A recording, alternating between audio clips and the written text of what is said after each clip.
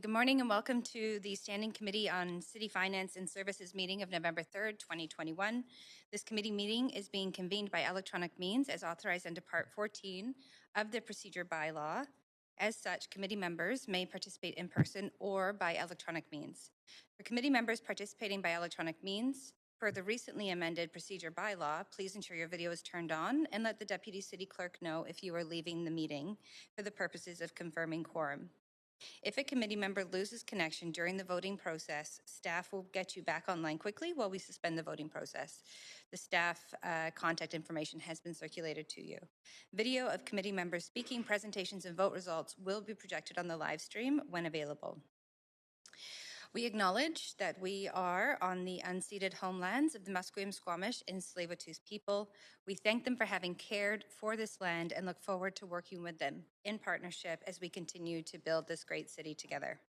I also want to take a moment to recognize the immense contributions of the City of Vancouver staff who work hard every day to make our city an incredible place to live, work, and play. Deputy City Clerk, may we have the roll call, please? Mayor Stewart. Here. Councillor Carr. Councillor DiGenova. Present. And you have an LOA from 5:30 onwards? Actually, clerk, I have an LOA from 12:30 onwards for a Metro meeting. Thank you. Thank you. Councillor Fry. Present. And you also have an LOA from 6 to 8? Yeah. Councillor Swanson. Here. Councillor Hardwick. Present. Councillor Wiebe. Present. With an LOA from 6 to 10. Councillor Boyle. Present. Councillor Dominato. Present. And also an LOA from 4:30 to 10. Councillor Bly is the chair. And Councillor Kirby-Yung. Present. And I also have LOAs today, just noting for this part of this morning and this evening. Thank you. The meeting has quorum, Chair Bly. Thank you very much. So I'd like to go over the plan for the day. Speakers should follow along on Twitter at Van City Clerk for updates on the progress of the meeting so they don't miss their turn to speak. Any comments on agenda items can be sent to committee members using the web form on the city's website. The link to that form will be tweeted out on at Van City Clerk.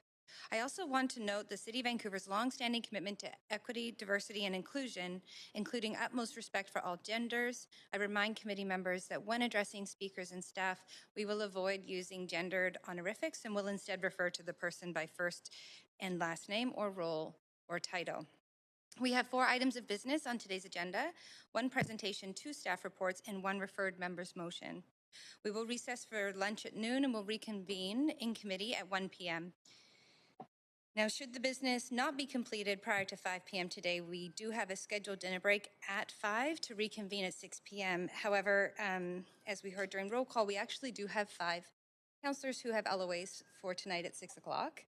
So I'll just invite councillors to consider that if it means going past 5 o'clock to complete the business, that we ought to consider doing so to finish before 6 o'clock. So, finally, I'd like to remind committee members that if amendments are brought forward, they must be submitted to the Deputy City Clerk in final written form before the committee member introduces them. Please ensure the City Clerk has received your amendment by using the Council Meeting Amendments DL.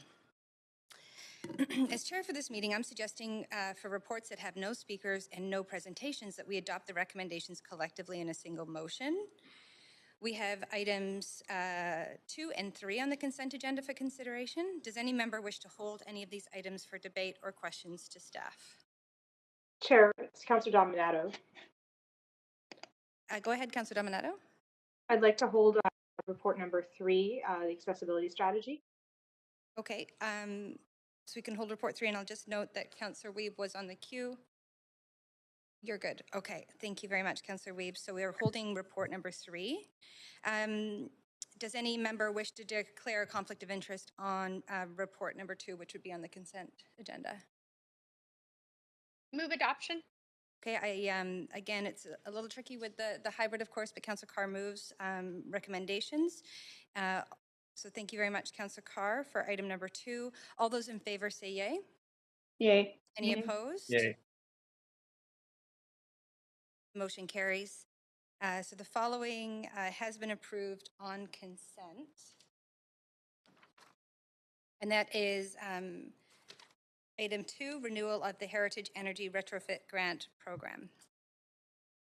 Thank you very much. So before we begin, I'd like to remind speakers they have 5 minutes to make their comments and should state whether they are in support or in opposition to the recommendations and may only speak once. Committee members have up to 3 minutes to ask questions to speakers. However, speakers are under no obligation to respond.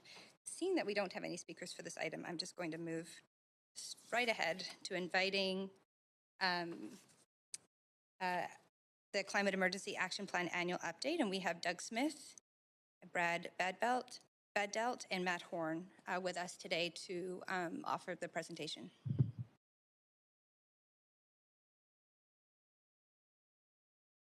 Council, good morning.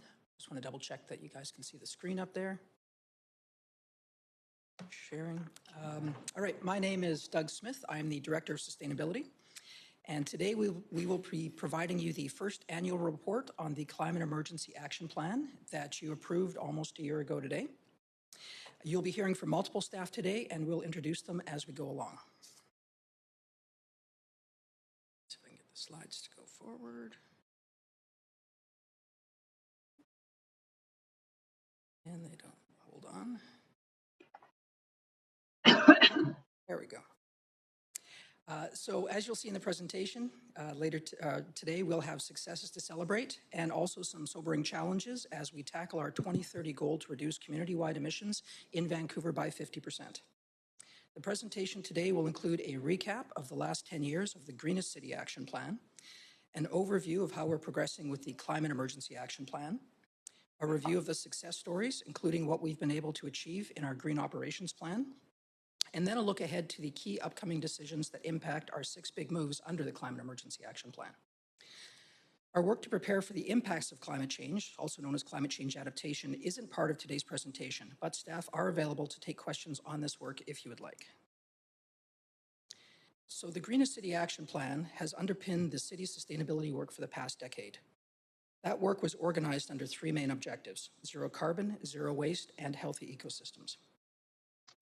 In the 10 years of the Greenest City Action Plan, we've made progress on all of our targets, which gives us a solid foundation to continue making progress in the years ahead. We met or exceeded 8 of the 18 targets, including our efforts to increase the percentage of trips of walking, cycling, and transit, plant more trees, and grow the number of green businesses in our city. In addition to giving us successes to celebrate, Greenest City has also kept our eyes open to the sustainability challenges that we need to do better on. A good example is our work to transition off of fossil fuels. We came up short on our climate target in Greenest City, and we need to accelerate that work over the next decade if we're going to be successful.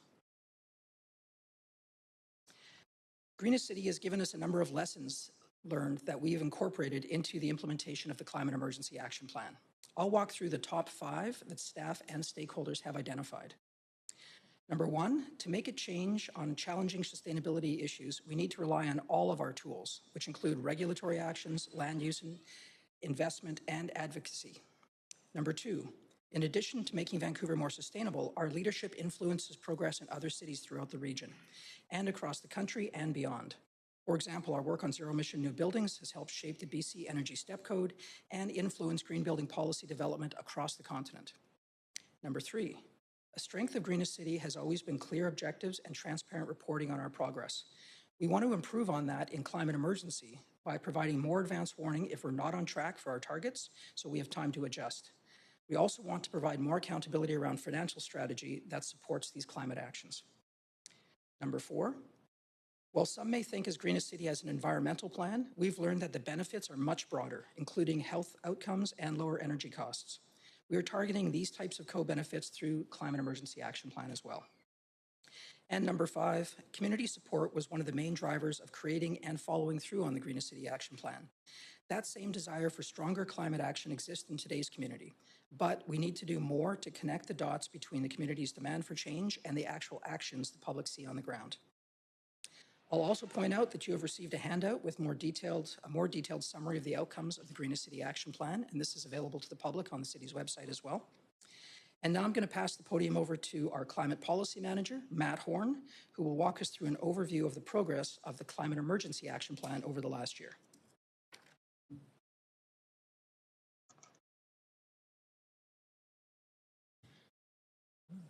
Thanks, Doug. Good morning, Mayor and Council. So I'm going to transition now into sort of the update on the Climate Emergency Action Plan, in particular sort of our work around complete walkable neighborhoods, active transportation and transit, zero-emission vehicles, zero-emission space and water heating, low-carbon materials and construction practices, and restored coasts and forests. This is a chart you've seen before with our most recent data. It's showing just a snapshot of how we're doing. Each of the gray bars represents citywide carbon pollution from buildings, transportation, and waste. And you can see from 2007 to 2020, carbon pollution is down 15% in the city. And that's against the backdrop of a growing economy and increasing population. So we are starting to move in the right direction. You can also see quite clearly we need to accelerate that progress if we're going to hit our 2030 target, which is really, in essence, what the Climate Emergency Action Plan is all about. So to provide this update, we're going to be working through first an assessment from staff of our current likelihood of reaching the 6 big move targets. And we've assessed those in terms of high, medium, and low likelihood of reaching the targets. Those assessments are based on a variety of factors, including policy outcomes, availability of financial resources, and also availability of staff resources. After we work through those sort of updates in terms of the assessments of meeting targets, we'll walk through big move by big move to provide some of the successes that have happened over the last year, and also an opportunity to emphasize some of the key upcoming decisions that will be coming to council that have the opportunity to influence the likelihood of reaching those targets.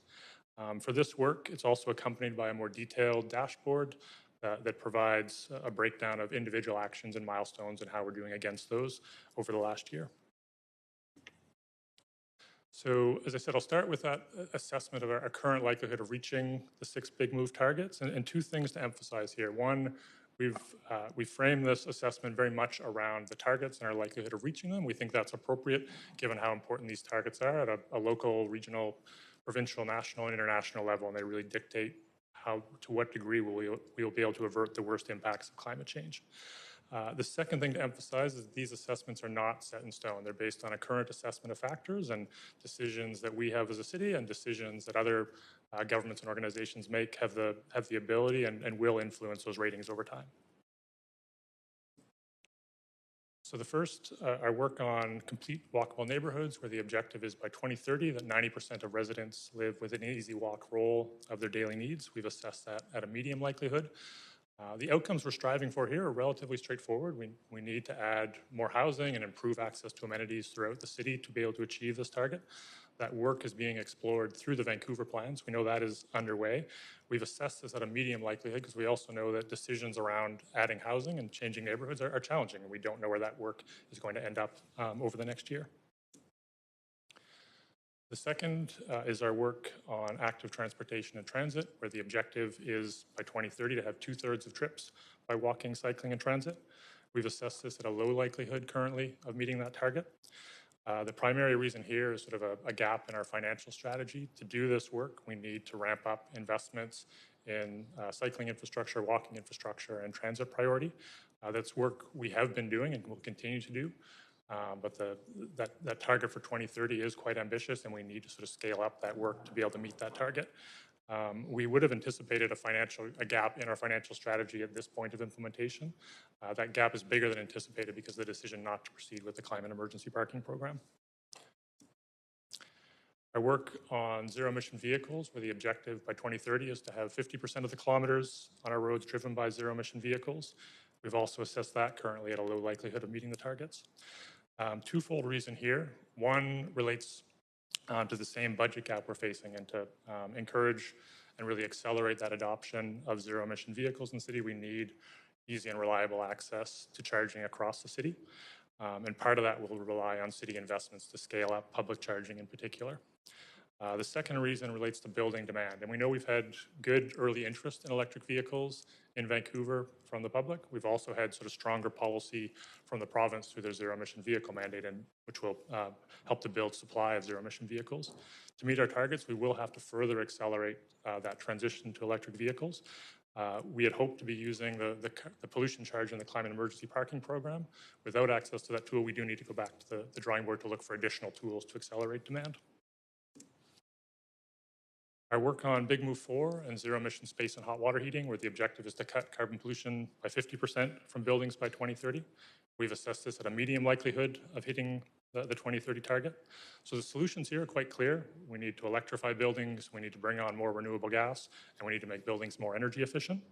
We're working through right now the regulatory pathway to get there. We know for detached homes in particular, there's some real material barriers to getting to that target. So we have more work to do through that engagement to better understand those barriers and identify solutions to them so that we can have a successful approach. Our work on Big Move 5 and low carbon materials and construction practices, our objective there is to reduce the emissions from those the embodied carbon in new buildings by 40% by 2030. This one we've assessed at a high likelihood of meeting the target. The primary reasons here, we've got growing awareness and interest in the solutions. So more natural materials such as mass timber, using lower carbon blends of concrete, and also buildings with less parking. We also think we have a pretty clear regulatory pathway to get to those targets and sort of learning and building on the successes of zero emission space and water heating in new construction. And the final one is our work on Big Move 6 and restored coasts and forests and nature-based climate solutions. We've also assessed this currently at a low likelihood. Two primary reasons for this. When we look, we know that part of this work will involve carbon sequestration outside the city. That is a new role for the city, and we're working through that challenge now of figuring out what the appropriate role is when we bring back those recommendations to council. The second part is sort of focused on inside the city and lots of opportunity to enhance green space and enhance carbon sequestration within the city. That can also sort of butt up as a tension with efforts to increase density and increase housing in the city, which we know is also a clear win from a climate perspective. So staff are continuing to work through that tension to make sure we have clear direction going forward. On a bright side, we do think we're in a position to provide that action plan for Big Move 6 to council later this year or early next year. So now I'm going to transition talking to some of both the success stories and key steps, key decisions ahead on each of these 6 big moves. So for Big Move 1, some success stories in our work on complete walkable communities. Changes to the development bylaw earlier this year are allowing and supporting more neighborhood grocery stores, which again, as those when those are there, it provides another opportunity for people to shop close to home and avoid the need for a car trip. And then housing approvals as well. So 11 moderate income rental program projects have been approved in the last year. All of those in walkable, transit-oriented locations close to local shopping streets. And as those buildings are built and people are living in them, they'll have access to all of those services. Key decisions ahead. One on the very near-term horizon, which you're discussing now through public hearing, is the Streamlining Rentals program. Some big planning processes in terms of the Broadway plan and the Jericho Lands policy statement will be coming back to council next year. And then the Vancouver plan and sort of its exploration of what growth is going to look like in the city over the next 10, 20, and 30 years will be a really important decision in terms of how walkable the city becomes. Our work on active transportation and transit, a number of important success stories here to highlight. So we've been doing work to improve transit priority, some quick builds in that space over the last year. We've been extending peak hours in our transit lanes, also been working with TransLink on bus stop balancing. All of those serve to improve bus speed and reliability so that people using transit can get around faster and more reliably. Projects to improve how safe it is for kids and their parents to walk to school. A notable example here was the successful School Streets pilot, which provided a car-free space in front of 4 schools through the city. And then thirdly, a number of projects around the city moving quickly on active transportation. A good example to highlight is the Beach Avenue upgrades completed earlier this year. Improvements both for cyclists using that infrastructure, but also for pedestrians as well. Key decisions ahead for the work on active transportation and transit. The 2022 capital budget and the next capital plan will be really important in terms of if the funds are available there to ramp up that work and align our efforts with our targets. A set of policy recommendations that will be coming in the new year for council are recommendations around changes to the parking standards for new development and opportunities to reduce the amount of excess parking in those new developments and the cost and environmental impact that comes with that excess parking. Also important to note that there are a number of really important decisions that council has ahead of them. Important decisions from other levels of government and other organizations. So with Big Move 2, a really important one to highlight would be TransLink's 2050, Transport 2050 plan, which will shape how they're growing transit service and also active transportation opportunities throughout the region. For our work on zero-emission vehicles, 3 successes to highlight here as well. So council earlier this year approved updated EV readiness standards for new non-residential buildings. So as those buildings are built, they will be ready for the electric vehicle demand we anticipate in the future. We've also developed guidelines and rules that allow people to safely charge vehicles on street when they don't have access to off-street charging, and have recently launched a program for EV charging and rental buildings, which provides support for those buildings which to date have been quite underserved by provincial and BC Hydro EV charging programs. Key decisions for Big Move 3. The next capital budget and the next capital plan will be key, again, in terms of the resources available to scale up investments in charging throughout the city. Second policy piece we'll be bringing back to council next year will be recommendations to change our business license fees for gas stations and parking lots to encourage them to install EV charging. And from a provincial perspective, an important one to note is the provincial zero-emission vehicle mandate. The province's recent Clean BC roadmap committed to strengthening that, so that it'd be a stronger push for manufacturers to provide more choice and more zero-emission vehicles for people when they are buying new vehicles. Switching gears to buildings, I work on zero-emission space and water heating. Some good success stories here to highlight. We've done some work with development building bylaws, our colleagues there, on streamlining our heat pump processes so that as more and more people are aware and interested in switching to a heat pump, they have a relatively smooth process through that permitting side of things. Council's decision to affirm the timelines on zero-emission building requirements for new low-rise residential from earlier this year will ensure that those new buildings coming from January next year on will have zero-emission space and water heating. And then in terms of heat pump incentives, this is the first year we've really seen a big uptake in those. We've been working with the provincial government and BC Hydro on heat pump incentives for the last several years. Uptake in those incentives has been relatively slow. This is the first year they were fully subscribed, and we've now extended that program out through 2023 as awareness and interest continues to grow. Key decisions ahead for zero-emission space and water heating. So in 2022, we're working towards recommendations to update the green building policy for rezoning, which would take the next step for new construction and requiring zero-emission space and water heating in new rezoned multifamily and commercial buildings. And then in the spring of next year, bringing forward recommendations for carbon limits on existing buildings with an initial focus on detached homes and large commercial buildings.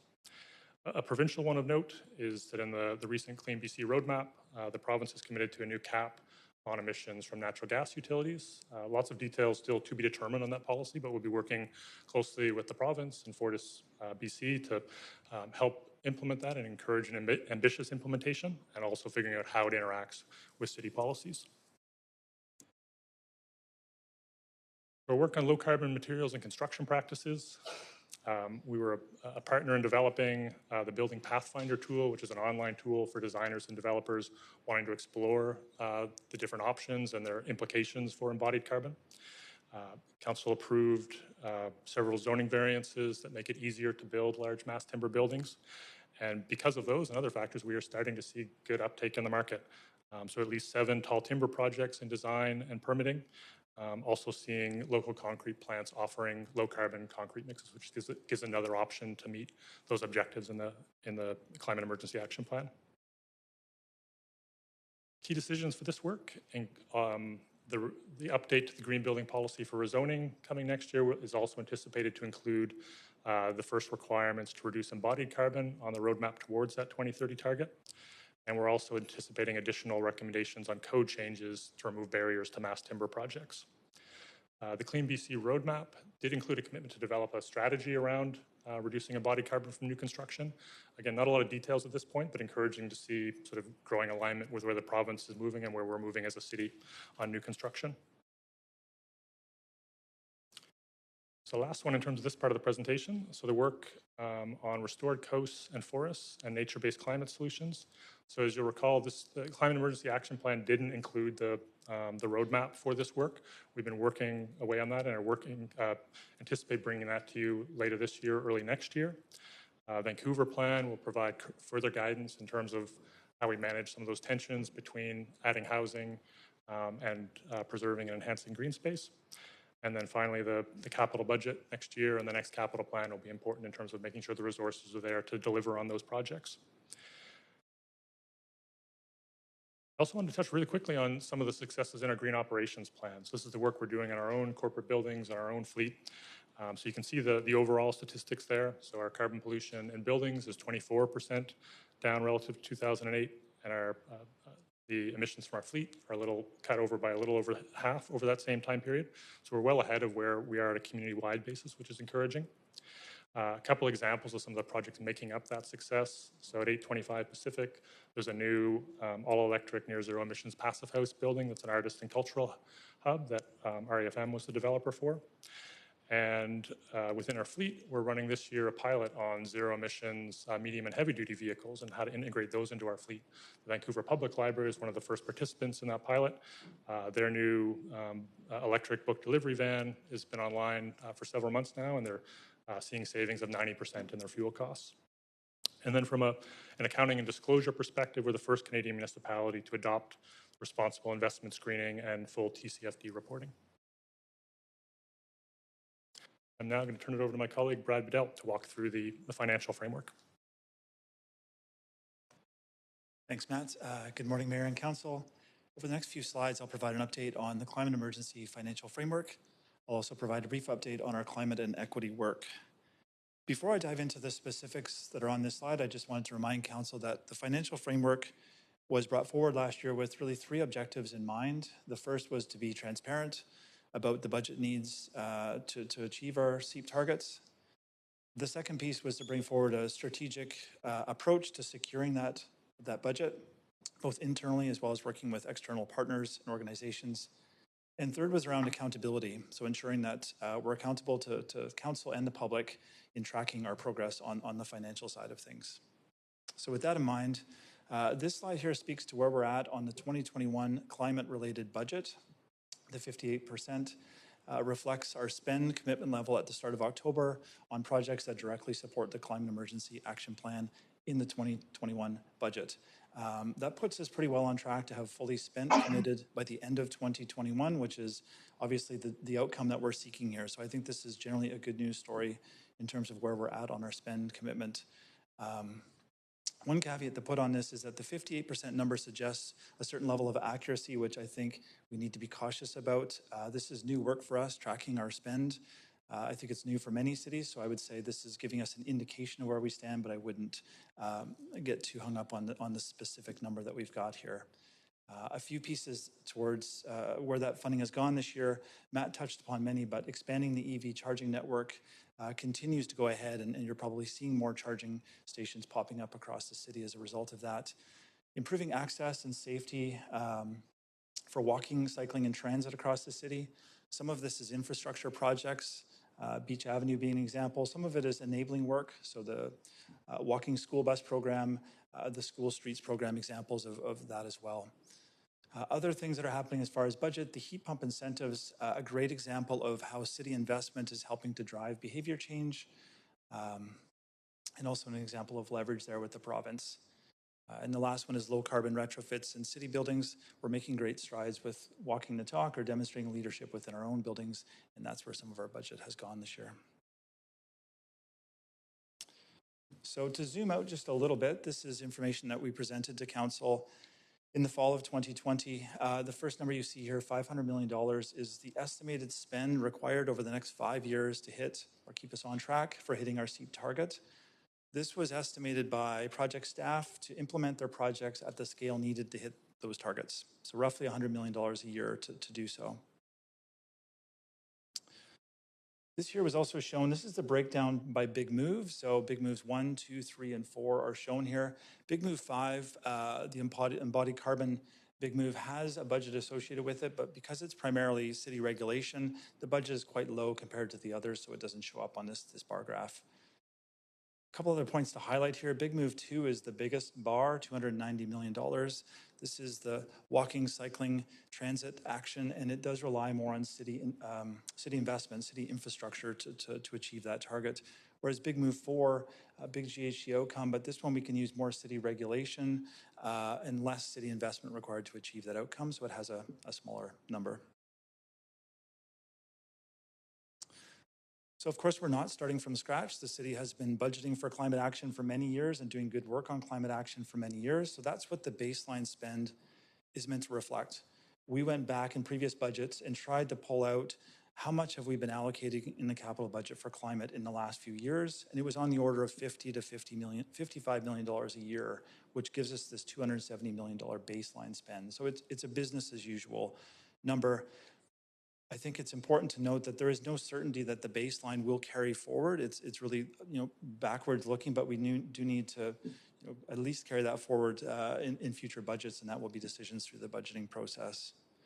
But even if we do carry forward that baseline spend, it still leaves us with a significant gap, $230 million over the next 5 years. So how do we close that gap? When we presented last fall, we shared 4 different tools to do so.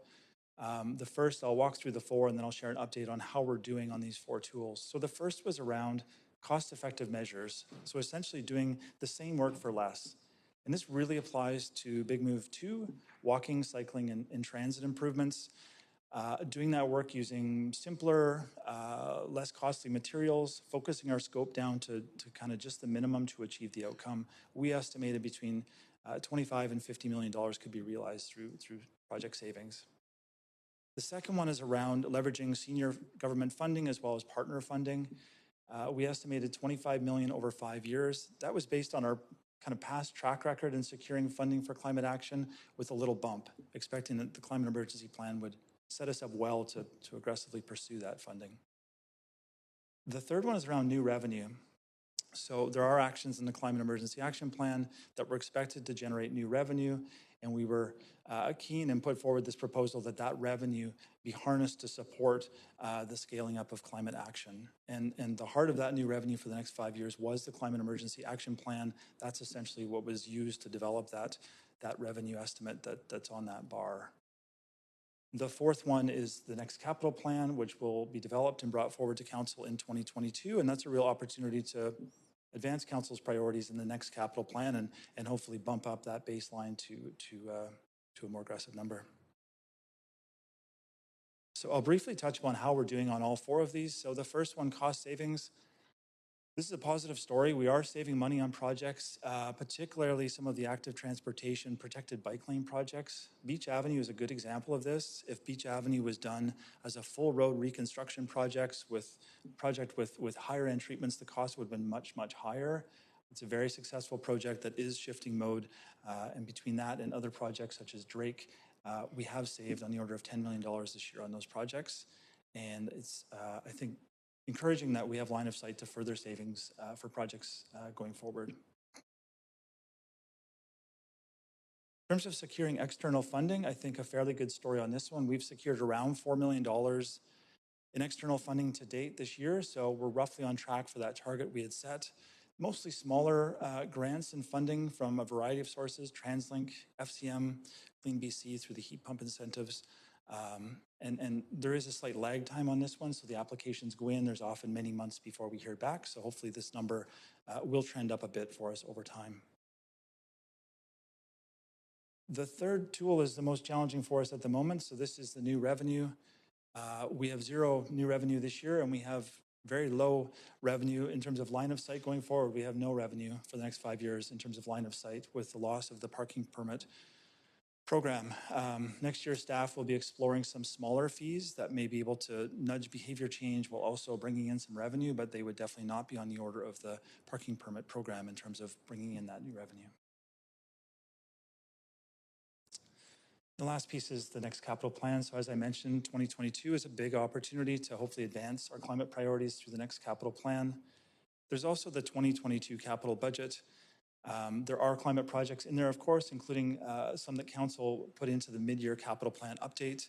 The Council will have a decision on in terms of whether those projects advance in 2022 or not, but obviously we are hoping they do. So before I close on the finance side, this is not new information that was shared last year, but it's an important one to share again. On the resident and business side, CEEP does have great cost savings. So over the next 10 years, our modeling showed an investment from residents and businesses of around $1.3 billion in order for us to hit our target, but overall savings of $2.2 billion. So a significant net savings. A lot of that is coming on the transportation side, making it easier for people to walk, roll, bike, and take transit to their daily needs has significant savings for residents. I'll just briefly touch on our climate and equity work. It's a really important part of the climate plan. This year, we reestablished the Climate and Equity Working Group and expanded it a bit. We have 20 members on that group now, a diversity of backgrounds and lived experiences, and I'll say a lot of passion about advancing equity as part of our climate work, so we're thrilled to have them on board. Part of their work this year has been staff bringing projects to this committee and getting their feedback on it, getting some of their guidance on it. Several projects have gone through. The parking program went through this committee. We also brought early work on Big Move 4 and Big Move 6 through this committee, and their feedback was really helpful and embedded in those projects. A core part of their work for next year will be the Climate Justice Charter. This is building on our equity framework, meant to be really a foundational piece for equity and climate at the city, setting forward principles and guidance for staff to embed equity in their work from both project scoping and engagement through to implementation and even data collection. And the last point on this, I think with equity, it's important to note that we're happy with the progress we're making, but this is still early days and we are very much in the learning stage as far as embedding equity in our climate work. With that, I will pass it back to Matt. Thanks. Thanks, Brad. Just a couple slides to close up. So I've just got a quick summary reminder of where we sit in terms of those assessments of the current likelihood of reaching the targets. I think we had hoped to be in a slightly better position at this point a year into the plan. It would have been naive to expect, given the challenging nature of the targets, they'd all be green assessments. The thing to really emphasize here, though, these are not set in stone, and we do have a number of decisions coming up and opportunities to work with partners such as the regional Metro Vancouver and the province to shift some of these reds to yellow and some of the yellows to green. This last slide just provides a summary of some of those key council decisions coming up ahead. Some of those are in the very near term around the streamlining rental program. Early next year, we can expect decisions such as the parking standards for new developments. And then in the spring, some examples would be the carbon pollution limits, recommendations for detached homes in large commercial buildings, and then also the piece Brad mentioned in terms of the Climate Justice Charter. So we've got a lot we're working on to get back to you as part of the action plan implementation, and we look forward to bringing those pieces to you and would welcome any questions now. Chair, I have a point of procedure. Sure, go ahead. Yeah, I'm just wondering if maybe you and the clerks can advise us. We are in the middle of a public hearing on an item that has been just briefly mentioned here. But I know in the middle of public hearings, we're not supposed to discuss the specifics as we're maintaining an open mind. I'm just wondering if you could provide some advice as to how we should structure questions around that item. Thanks very much for raising that, Mayor, and I think it's a good point. Let me just confer with our clerks here, and I will be right back. Thanks very much.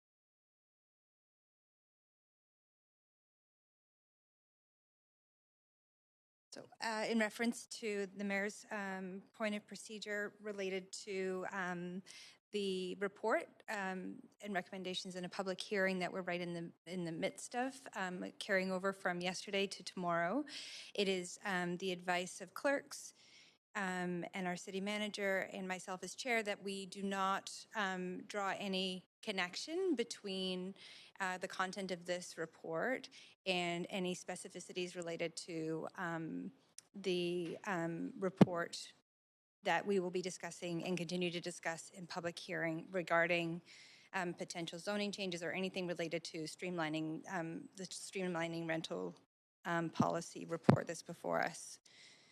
So we can talk about in the content of this presentation, but would caution any councillors or mayor making any reference to potential zoning changes related to the content of this report. Point of procedure? I just want to complete this one and ask the mayor if this satisfies your point of procedure. Yes, absolutely. Thanks so much. Great. Councillor DiGenova. Thanks. Sorry, I thought you were finished. If this is going to influence, you see, I did have some questions prepared regarding zoning, and I'm just a little bit concerned now that I can't ask them that I feel that I won't have all of the information to inform my vote. So at what point, I mean, are there recommendations here that we could postpone that are specific to that I could ask those questions at a later time after public hearing? Or? There's no vote on this particular update today. This is simply an update on the plan, and you would be able to ask your questions of staff after the public hearing item is closed, either tomorrow or next week, whenever that item is complete. Thank you. Maybe I wasn't clear enough. I meant the vote at public hearing. If I have questions and I want to ask them in public, I can't ask those questions until after the public hearing. So will there be an opportunity for us in public, Chair, to ask those questions? I can defer to the city manager whether we would see an opportunity come forward to ask public questions on this particular report that cannot be asked right now.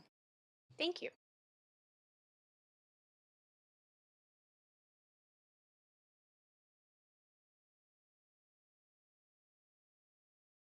So just call on the city manager to offer advice to this question. Your mic.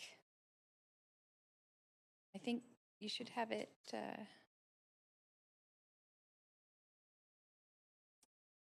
I'm going to go ahead and push that. It's not appearing to be turning on, so just give us one moment here.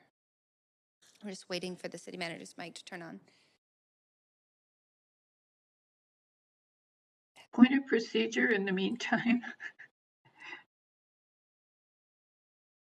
Yes, Councillor Swanson? I just can't get on the speakers list. Councillor Swanson, your audio is not coming in clearly. Could you try and state that again? Perhaps turn your video off.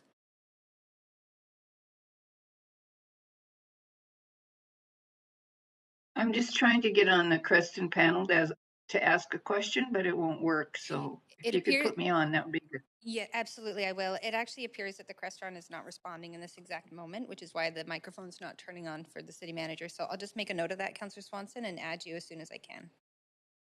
Thank you.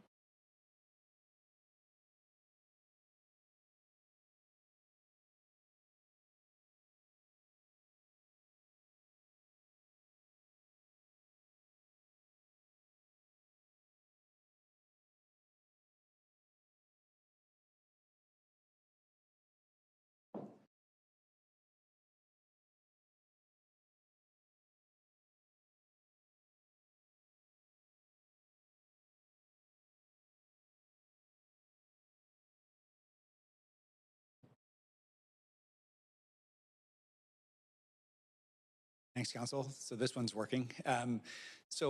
With respect to the public hearing, there will be, as I understand, another round of questions for Council around the substance that is before you for consideration at that hearing. So that would be what I would recommend as the opportunity to ask questions on this issue. If I may clarify, I believe Councillor DiGenova is asking that there are questions that that Councilor DiGenova would like to ask about the report today that cannot be asked fully because of the public hearing. So would there be an opportunity after the public hearing to ask those questions related to this update in the public? My apologies. There's a couple of ways we could deal with that. Certainly, we're happy to deal with those in writing. And then if those were answers that Council was interested to make public, we could do that. Alternatively, Councillor DiGenova could use the inquiry section of a future Council agenda to raise them there and get answers in public through that mechanism. I think that's a great suggestion. So let's go with that one. Councilor DiGenova? That satisfies my point of procedure. Thank you. Great, thank you. And I will just note that Councillor Swanson is on the queue, although we're not having that, the Crestron panel is not responding right now, but Councillor Swanson, I have taken a note. You'll be after Councillor Boyle. And Councillor Hardwick, I see you're raising your hand there. So we're going to do our very best here, because if your mics won't turn on and you're in person, we may have to call a recess and deal with the Crestron panel. But Councillor Carr, you are first on the list for questions of staff. So I wonder if you'd like to, yes, be our test. No, I don't think so either. So looking to, I think we should take a 5-minute recess, give ourselves an opportunity to reset the Crestron panel. And so we will come back at, let's say, 10:30 and reconvene for questions of staff.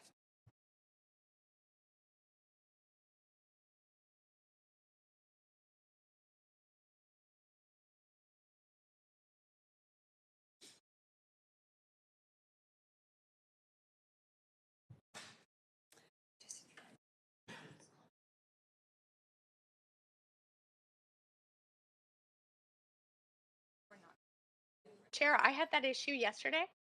I was clicking on and off. You have to click mic on your Crestron panel in Chambers. And if you don't do that yourself, you can't turn your mic on. Oh, we have a That's bigger, what I learned. we actually have a bigger issue than that. It's Just that, wanted to let you know in case that was helpful. okay, that's great. Yeah, I think we're dealing, I'm going to actually take a note. I think we need to take a note of the speaking queue. Yes. Right?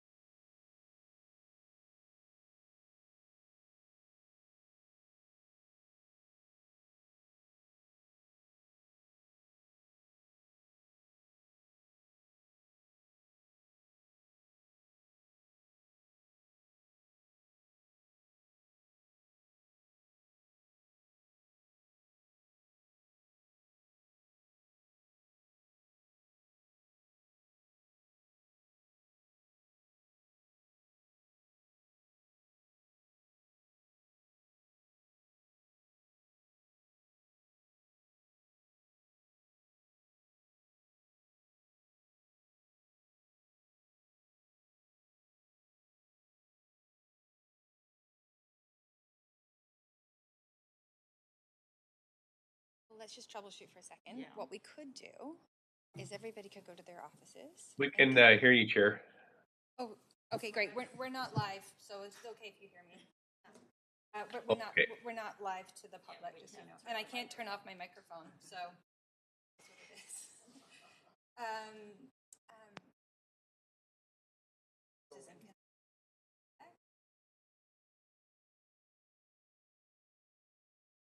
And on this report.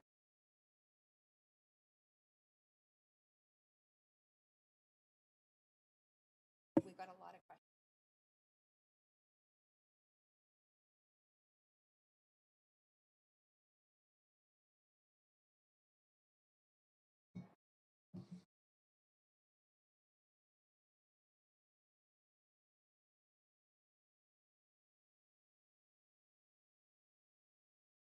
Everyone's on the queue already.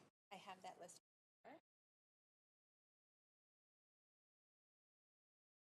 Laptop. Oh, understandably.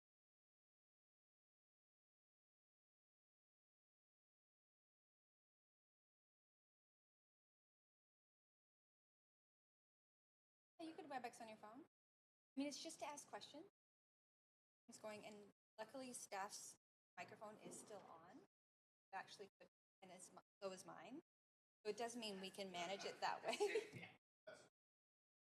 This is beyond hybrid. I can get a loaner laptop. Sure, come on up. It'd be like The Price is Right. It's up to you. Whatever you feel most comfortable from your laptop in your office, so you've got that connection, or you can come up here. Office, it's just.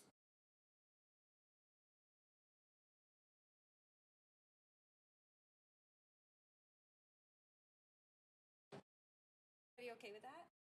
Here?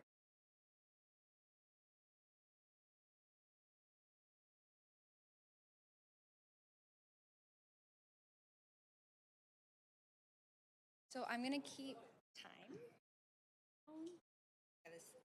This. Then we'll reset.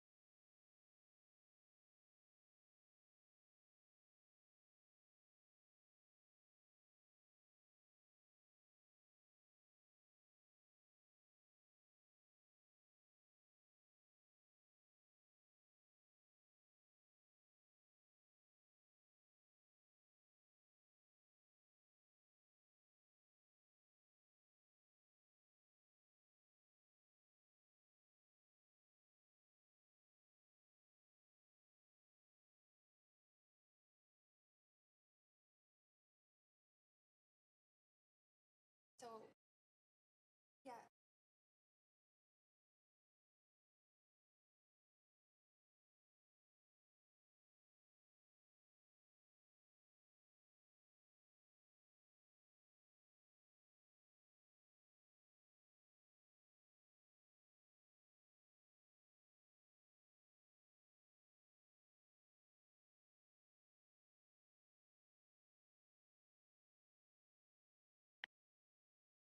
Test 1 2, test 1 2. You guys hear me?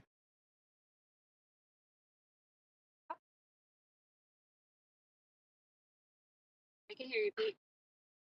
Awesome, thank you.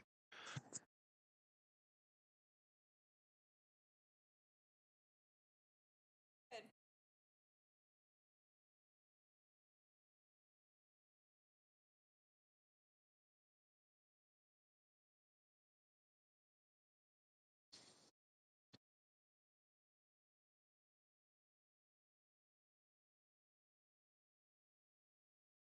Okay, so uncertain whether this has been live streamed, so for those that have continued to listen in, thanks for staying tuned into the meeting. We're going to reconvene the meeting, and we are adjusting due to a crash with our Crestron, so we're going to go full manual. So with that, we do have Councillor Carr on the queue for questions, and I'll be keeping time manually, Councillor Carr. So if you just let us know if you're there and ready to go.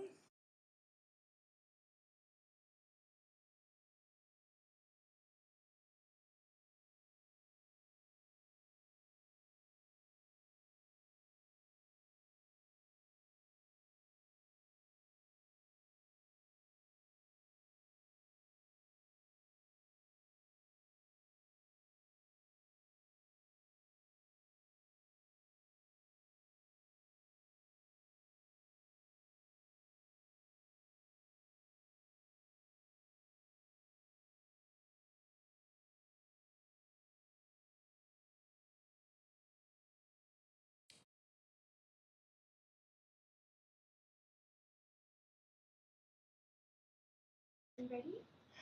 I've just signed in, but I'm not into the chambers yet. Okay, we can hear you now, so you are connected. Okay. Are you ready?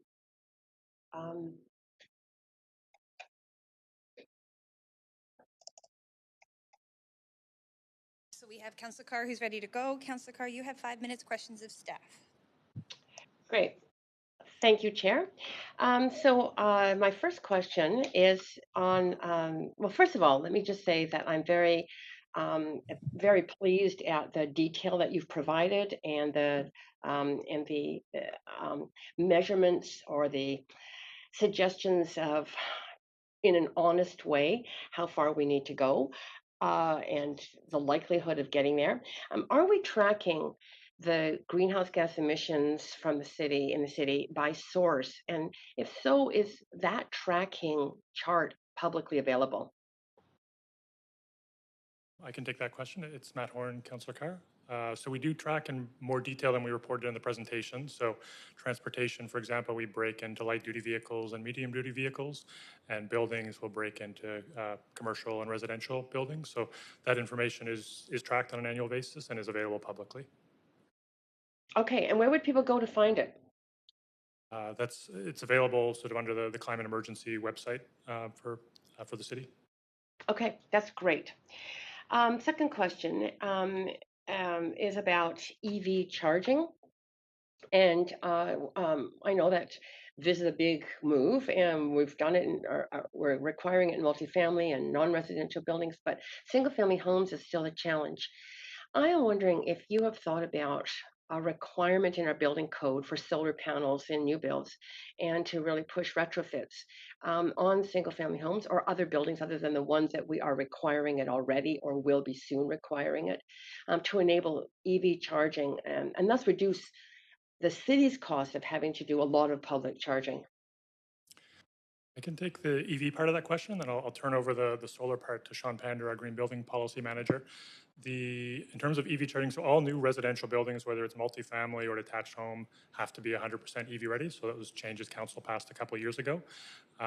We're also, at your direction, working on changes that would allow under sidewalk charging options, and we hope to bring those back to council next year. Would be another cost-effective charging option. In terms of the solar piece, I'll ask my colleague Sean Pander to take that part. Great. Thanks, Matt. Sean Pander here, Green Building Manager. We're not looking at mandating new or existing homes install solar panels at this time. We do recognize that in some cases, moving to electrification, either for electric vehicles or for heat pumps, will increase those electrical costs. And we will look to include information about the potential cost savings and, how photovoltaic systems could make the EVs or heat pumps more affordable in certain circumstances. We haven't seen a lot of that in single family homes. We are hearing from some of our partners in the non-market multifamily sector that to make the heat pump projects work, they are actually installing PV systems. Yeah, I have both solar panels and a heat pump, and it sure makes a difference. And I rack up credits in the summer that makes a difference in the winter. Chair, Bly, I have more questions than I know I can get done in 5 minutes. Can I move now for a second round of questions, please? Yes, you can. I'll just go to a vote. So all those in favor of a second round of questions? Yay. Any opposed? Yay. Okay, that motion passes. And Councillor Carr, you do have a minute and a half left. Yeah, And I'll maybe but just prompt.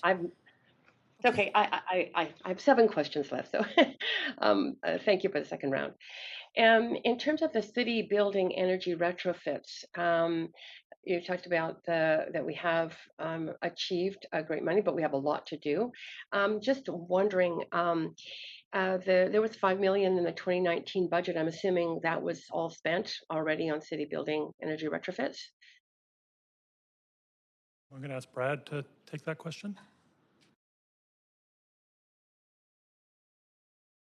Thank you, Councillor Carr. I'll speak to it on the budget side, and then I'll pass to Danica from REFM to provide an update on the progress. The long and short, Councillor Carr, is yes, we are on track to spend that budget this year. I believe the majority of it has been spent this year already. Danica, do you want to speak to a bit more of an update on the retrofit work? And Danica, if you could actually also give an indication of sort of how many of our city buildings we have done energy retrofits on and how many we still have to do.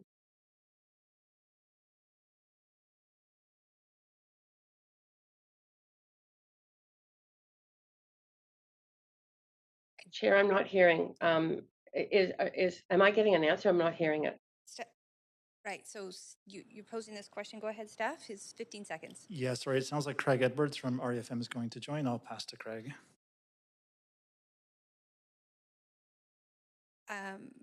We're right at the 5 minutes, so I'm wondering if it's a very quick answer. Otherwise, it might be better at the next round. Yeah, apologies, Councillor Carr. We'll respond to the next round if that's okay. Yeah, that's fine. Thank you. Thank you, Councillor Carr. And just advising councillors that if you intend to go on the queue for a second round, that you just let me know as chair at the end of your first round, 5 minutes. Mayor Stewart, okay, add me, please.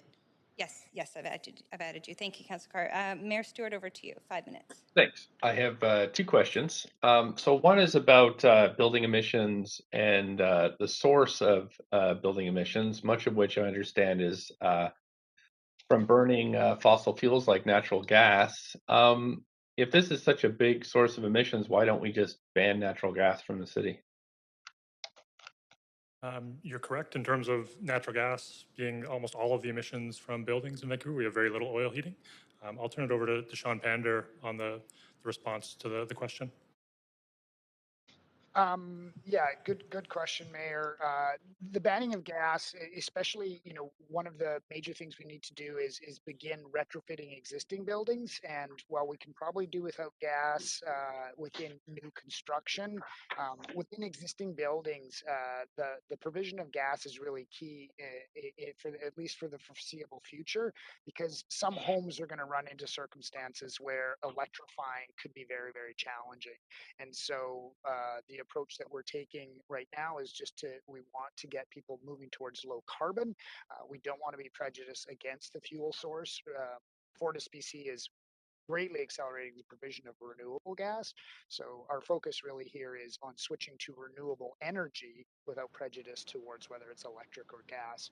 And again, on those deep emission retrofits, given where the market is currently at, the regulations would be greatly hindered or slowed down, given some buildings, the cost to retrofit and lower their emissions in some circumstances without being able to use gas could be very high.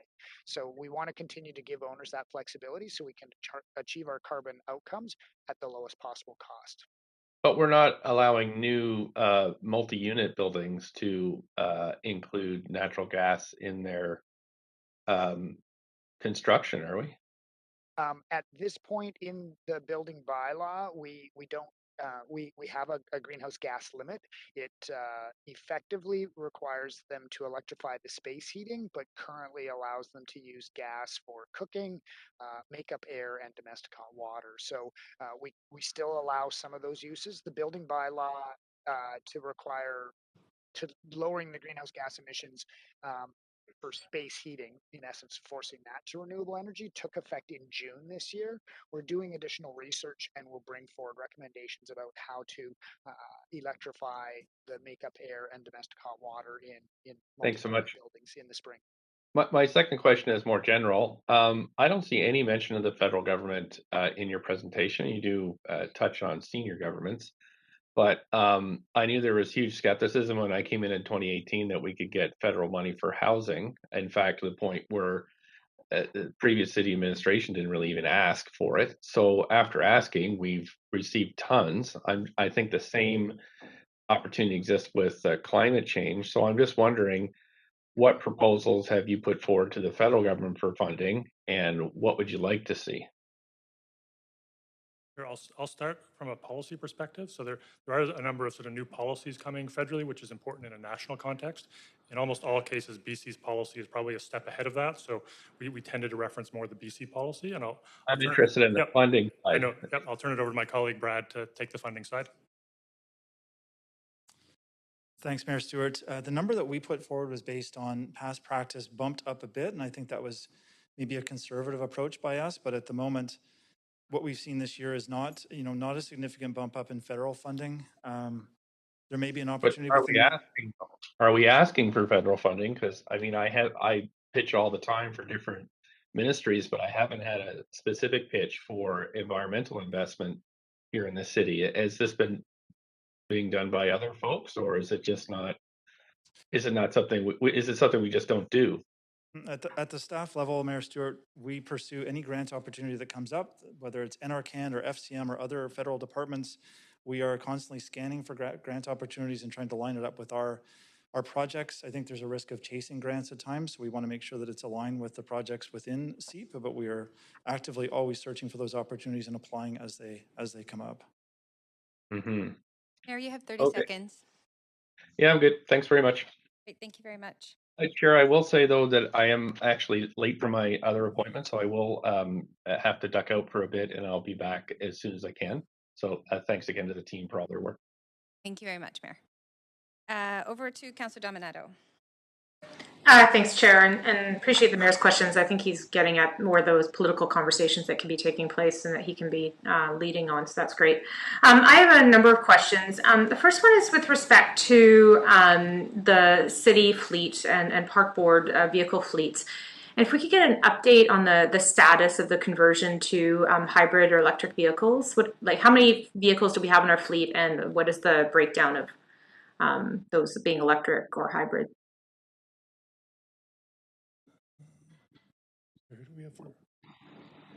I think we may have to follow up with more detail on the specifics of the fleet. We have Craig from buildings, but in general, at a high level, we have mostly converted our fuels to renewable diesel now, and the diesel from fossil diesel to renewable diesel. Most of our light-duty vehicles are now being replaced with electric vehicles when the time comes to be replacing them. And then, as I mentioned earlier, we are in the midst of a pilot on medium and heavy-duty electric vehicles. The cost premium there is definitely still higher, so we're in a pilot phase as opposed to a full-scale replace. We can provide more details in a follow-up. Yeah, I would love that. I don't need it now, but if I could get it, in a table that summarizes the number of vehicles, the status, that would be fantastic. Wondering if you could speak a little bit more to the restored forests and coasts and what you envision the city's role being in that, what that looks like. Yep, I believe my colleague Tamsin Mills is available on the WebEx to take that question. Yeah, thanks for the question. We have been looking at this new emerging field of carbon sequestration or biosequestration into nature, natural climate solutions, and the opportunities to increase the amount of carbon sequestered annually through actions within the city, and also working with our partners and colleagues in the region and with the host nations to look at opportunities outside the city as well. And we're hoping to bring a report forward at the end of this year or early next year. Thanks. And Tamsin, just clarifying, would that involve potentially as carbon offsets?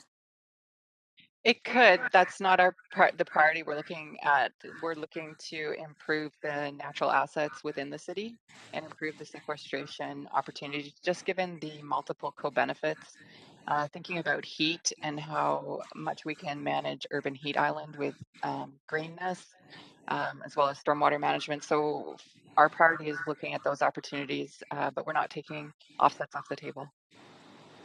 Okay, thanks for clarifying that. And then around the subject of the accountability framework, Councillor Carr started to ask a question I had around reporting, and I'm particularly interested in, I know I've seen the dashboard that's on our city website, but I'm curious about our climate disclosures, particularly around scope 1, 2, and 3 emissions. And is that more detailed somewhere else other than the dashboard I've seen?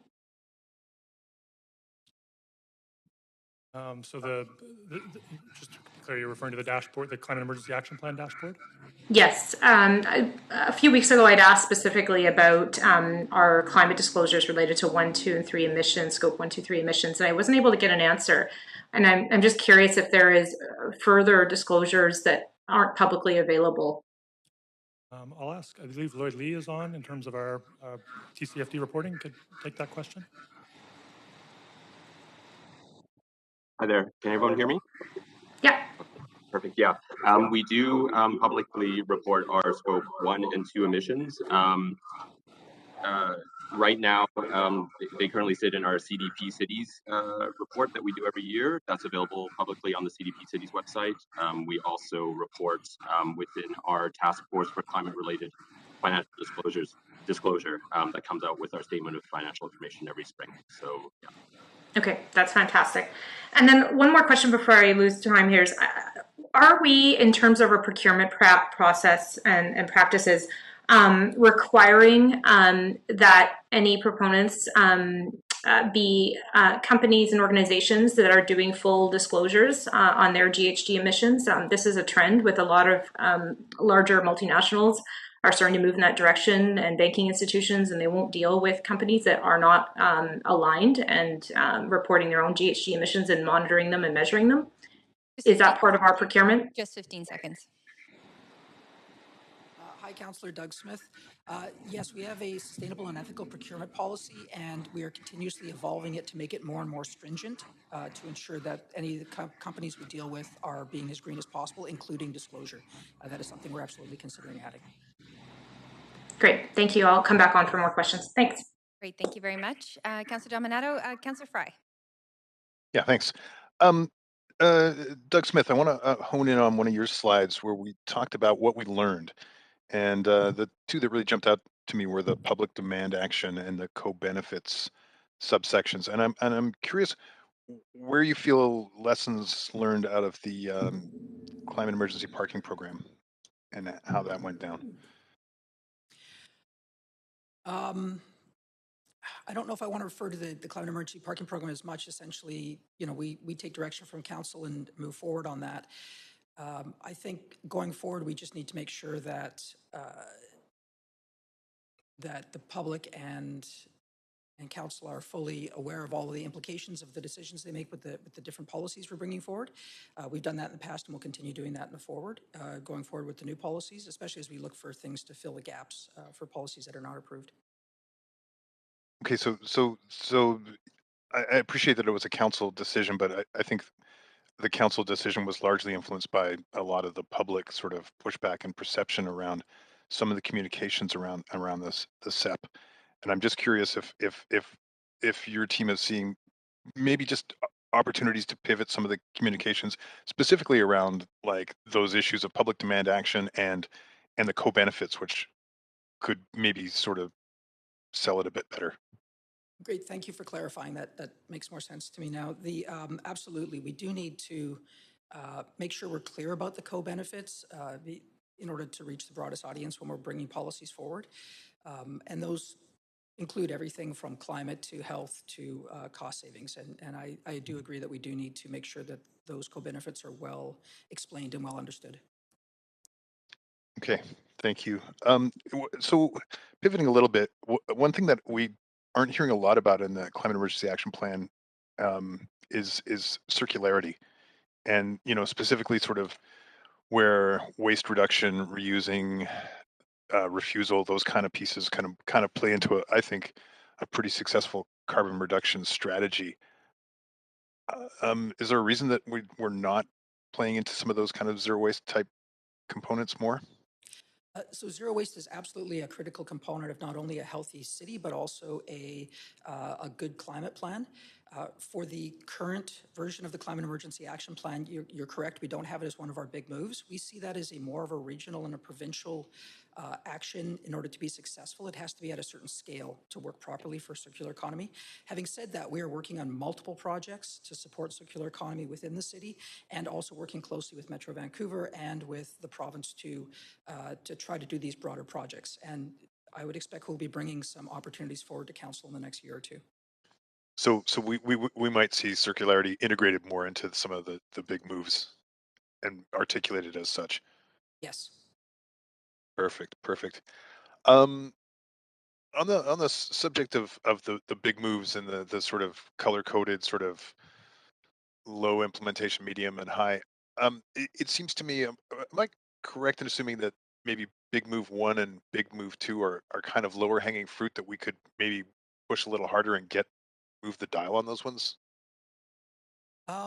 That's an interesting question. I think most of the low-hanging fruit's been picked already, and pretty well all of the stuff we're putting forward has some level of challenge. They're just challenges at different levels, or with in different areas. So I wouldn't say any of them are easy or low-hanging fruit, but we will look for opportunities if we can't move one of the big moves forward, where we can compensate by maybe being more assertive or more aggressive on another move.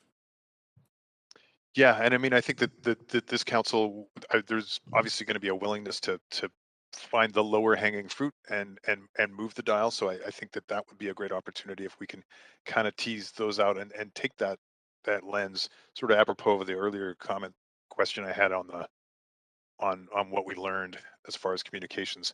I'm going to leave it there and come back for my other question because I'm running short of time and I want to be efficient. Thank you. Thank you very much, Councillor Fry. I do have you back on the list for a second round. Over to Councillor Wiebe.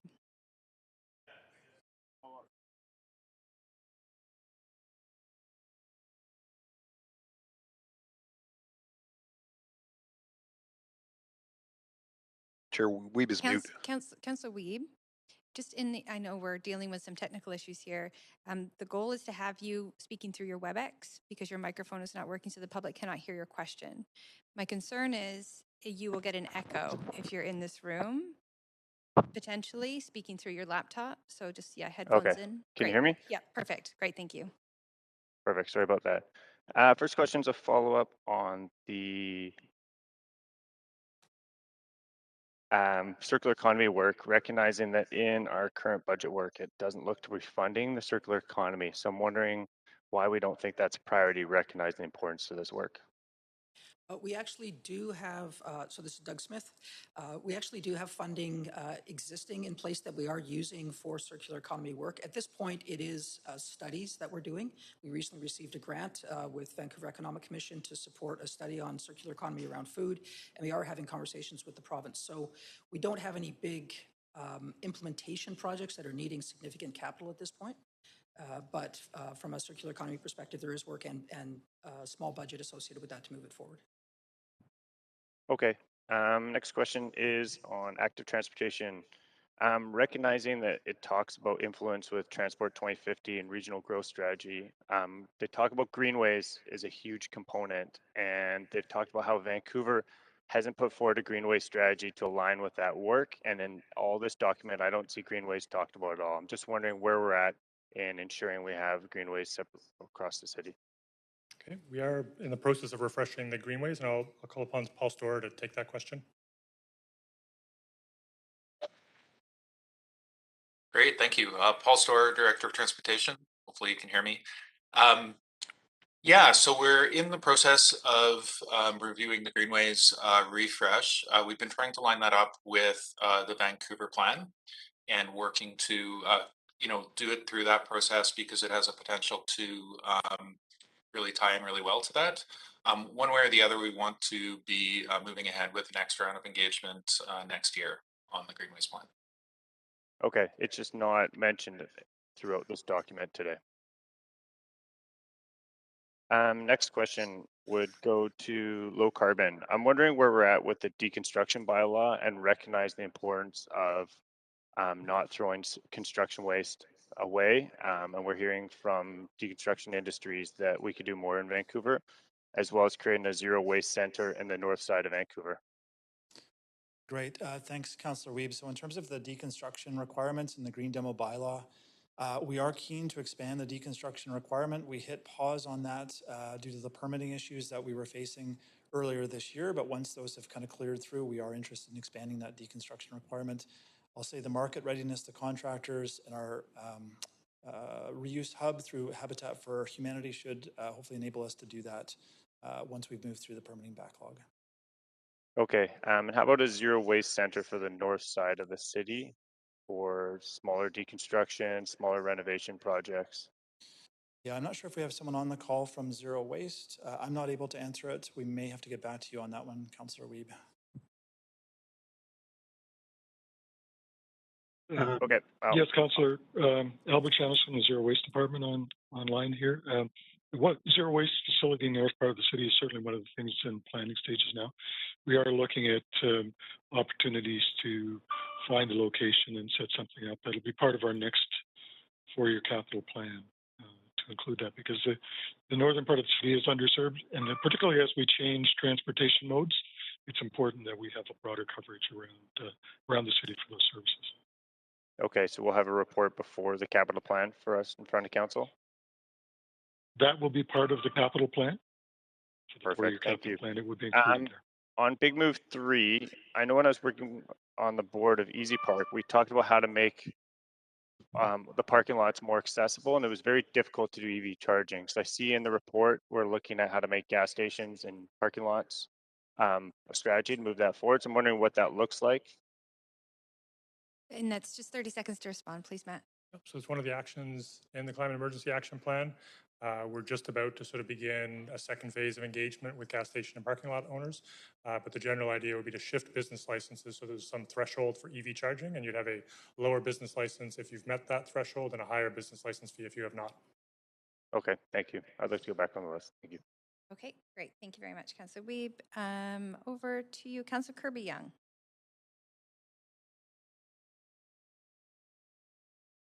Councillor Kirby-Yung is actually on an LOA, I'm recalling, so I'm going to move on to Councillor Boyle. And Councillor Boyle, if you would like to come and use this microphone, that would be great.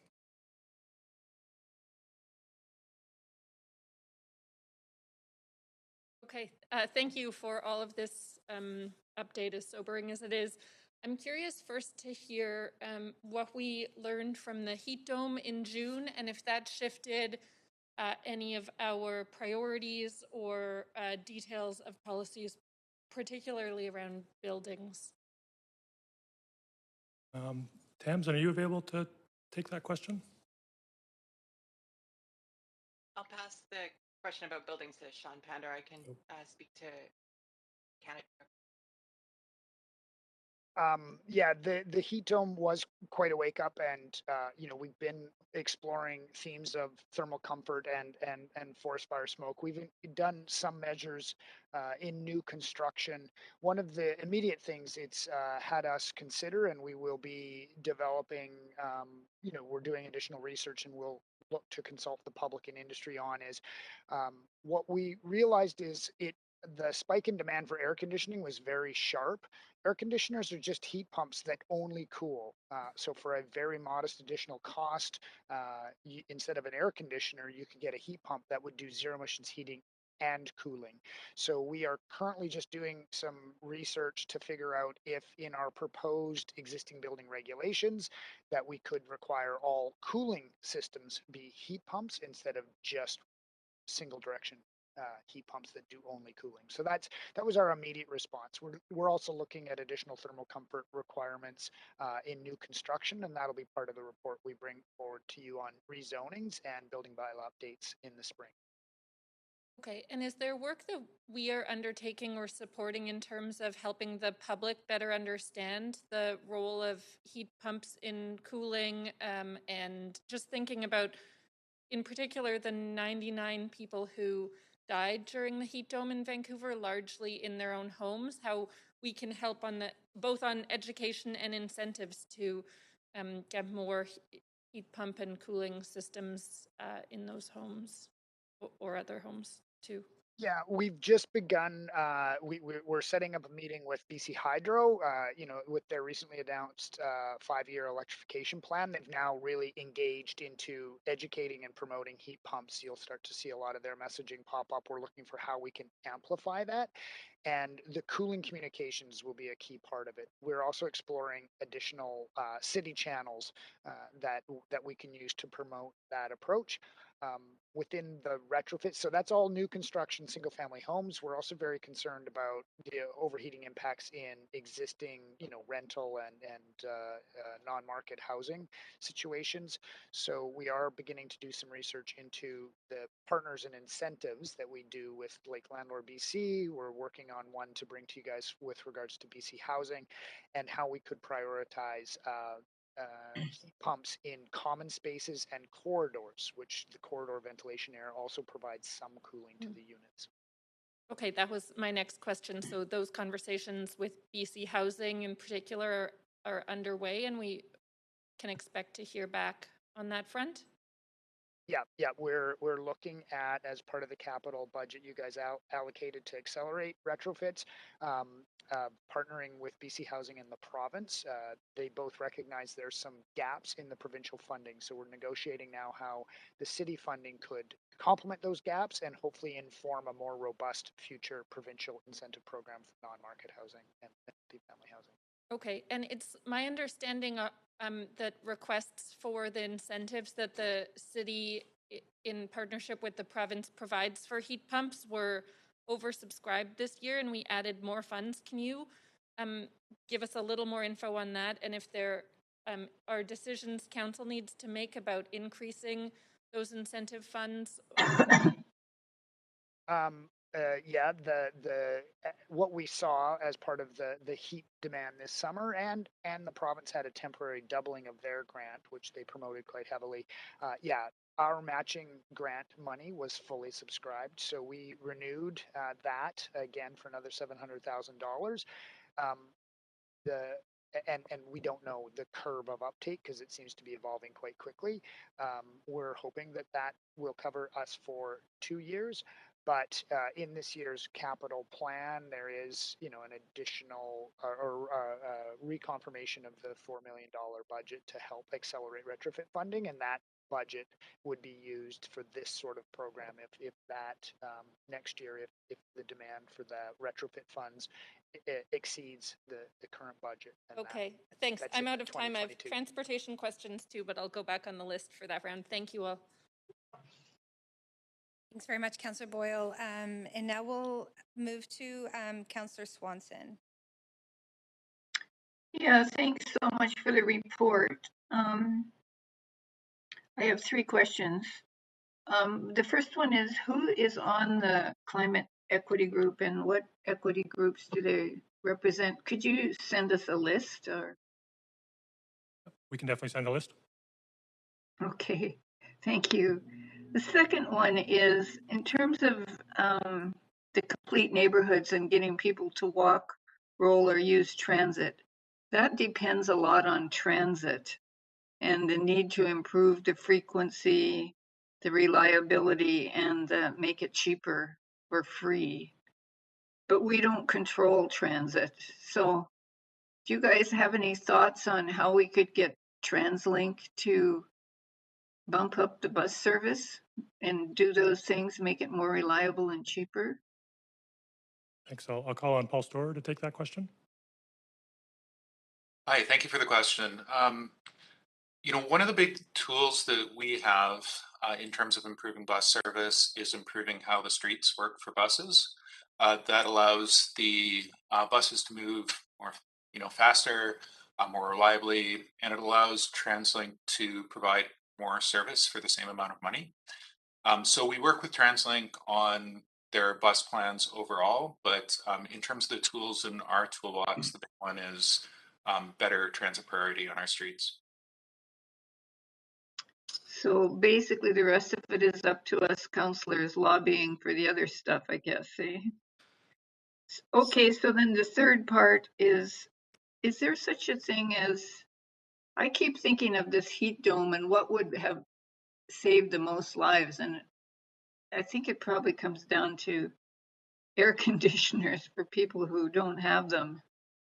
And I'm just wondering if there's such a thing as heat pumps for individual apartments. And could we set up some sort of system where people actually surveyed people in their apartments to see if they were, vulnerable and needed air conditioning, and also in single family homes, and that we tried to get air conditioning to them, or air conditioning heat pumps by hook or crook. Maybe they could afford them. Maybe we could do GoFundMe's. Maybe we could have some sort of free thing happening. Thank you, Councillor. This is Doug Smith. I'll try to respond to your question. We will be following up with Council in Q1 next year with a response, with basically a heat memo responding back to how the city will be doing our best to support and ensure that this heat issue doesn't happen in the future. But what we're learning is that there's three major issues. One is air conditioning. One is dealing with isolation, ensuring people are connected with each other. And the third one is actually green space. Green space has a significant impact on reducing localized heat. So we'll be including that as well as working with our partners and working across silos of the city to bring back a little more of a comprehensive plan for council and hopefully avoid this type of thing in the future. Something that we could get implemented before it gets hot. That's the plan. Okay, thanks. That's good for me. Thank you, Councillor Swanson. Councillor Hardwick. Thank you, and I apologize if I ask any questions that have already been asked. It was a bit of a challenge getting here. The report refers to more EV charging, but it was indicated that the parking plan was meant to fund that, and now the province has announced a huge investment in EV charging infrastructure. Given that and the failure of the parking plan, where will the funding come from, and does the city need to be doing this when the province is committed to the same? Thanks, Councillor. I can take that question. It's Matt Horn here. So we had put forward the parking program as sort of one of the tools to fund an expansion of investments in EV charging. So as Brad described earlier, there is sort of that baseline funding. So we have been investing in charging infrastructure throughout the city and do plan to continue that. It's sort of more of a question if we can ramp that up or not. The province, in part of their Clean BC roadmap, did include a commitment to expand charging infrastructure around the province. Not a lot of details at this point in terms of how much would that be sort of directed into City of Vancouver and what types of charging would be available. There's also not a budget commitment backing it up yet, so there's still, I think, a number of questions in terms of what the provincial follow-through is going to look like. Okay, but you're all over it in terms of seeing what money can come from the province instead of coming from the city, right? Absolutely. If there's a grant program available, as there has been from NRCan in the province over the last few years, we'll be applying for those to complement the investments the city is making. Thank you very much. Next up, Beach Avenue was meant to be a temporary trial. Are we now suggesting that this is permanent? And that question to Paul Storer. Yeah, so we installed the Beach Avenue bike lane on an interim basis, first with cones, and we got really good feedback from the public on that. And because of the maintenance costs, we hardened that somewhat. The plan is to do some kind of more engagement to figure out what to do with it moving forward. We're also working with Park Board on the West End Waterfront Master Plan. So conversations will likely be part of that about, how to better. But it is not yet permanent because we're not all hearing the same feedback on that. So it was meant to be temporary. So you're saying it's temporary. It's not yet permanent. So if the public have problems, that they should communicate that through the West End plan. Is that accurate? Yeah, absolutely. Or contact us directly. How does staff intend to address safer walking to school, considering the fact that owing to the lack of places to park, many parents are forced to drive further to drop their kids off at school, which is not walkable? So we have a number of programs moving ahead in terms of working with schools on how to how to make it easier to walk and bike to the schools. One program that's about to roll out is a walking school bus program that I think will start later this month or next month with select schools to help kids be able to walk to school. But we have a number of initiatives underway to work with the schools to make that happen.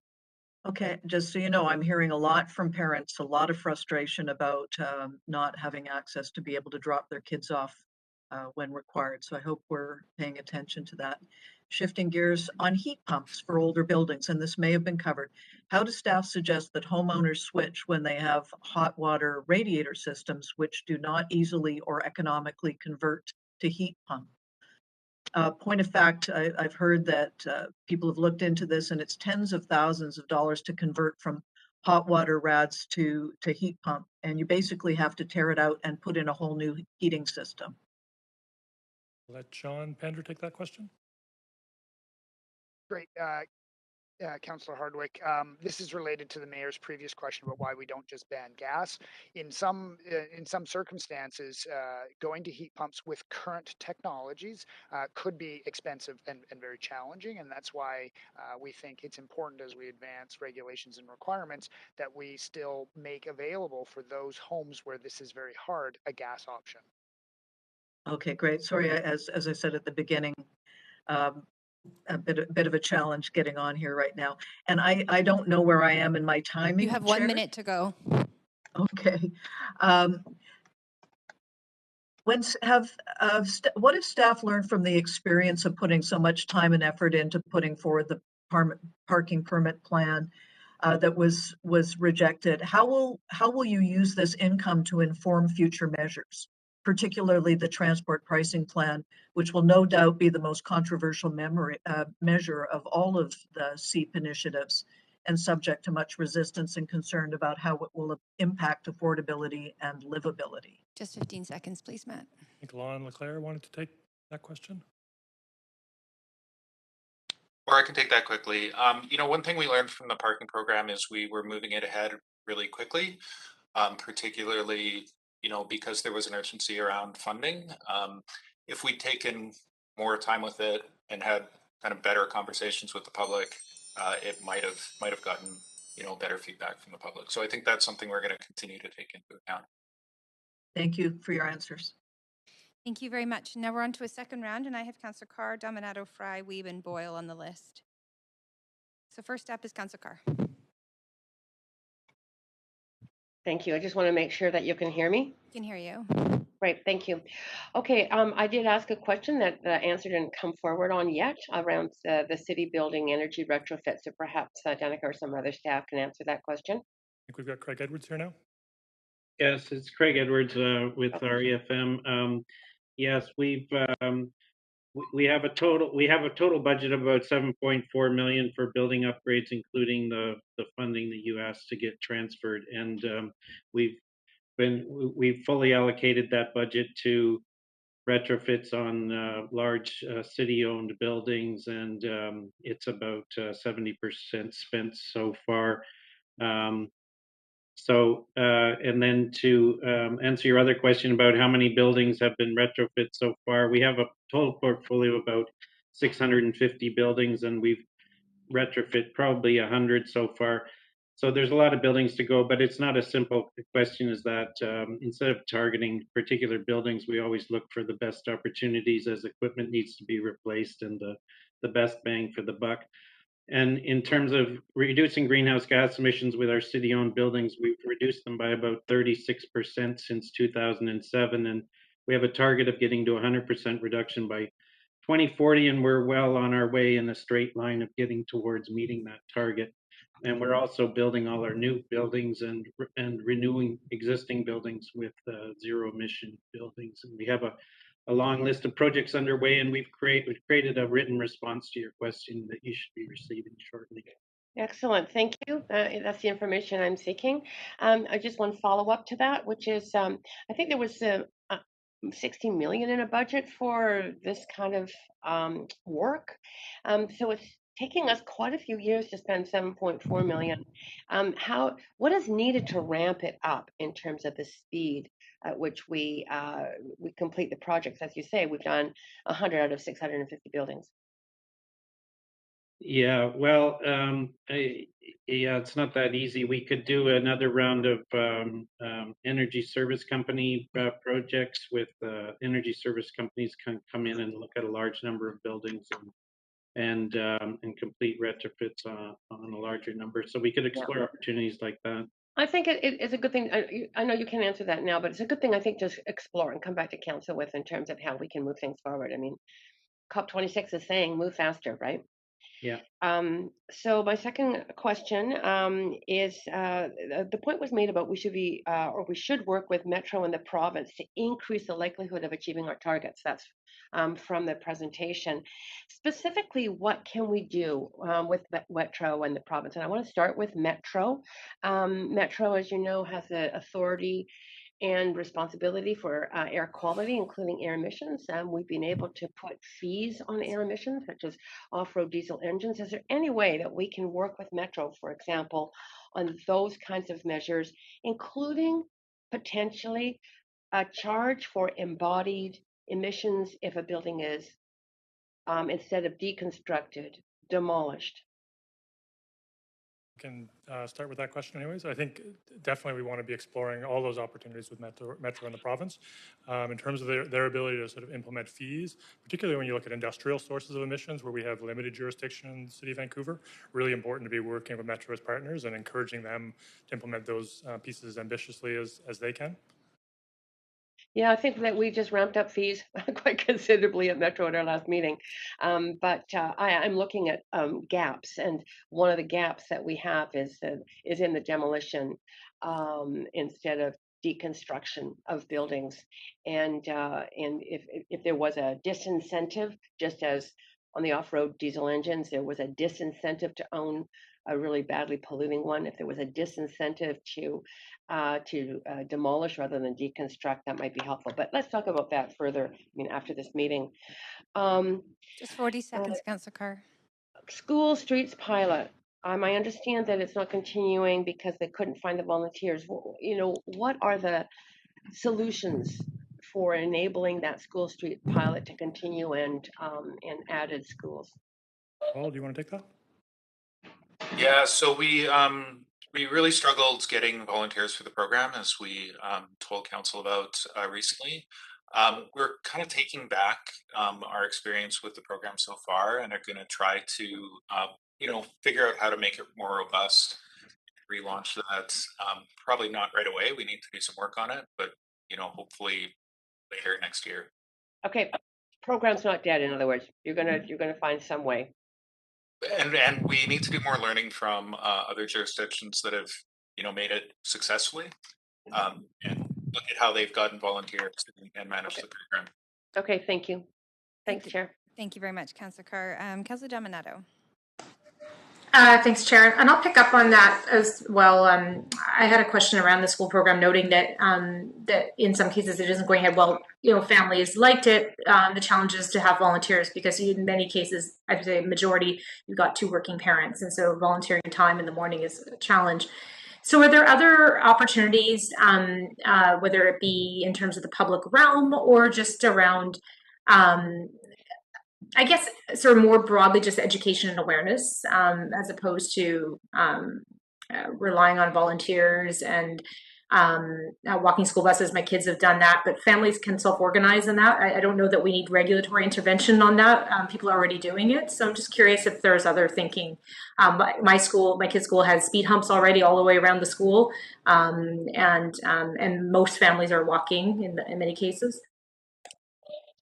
Yeah, so we have a lot of programs that are getting going around schools. We have our existing program, Safe and Active Transportation program to school, which has been really successful in terms of improving things for walking. But we're also getting going with a walking school bus program very soon to help support that.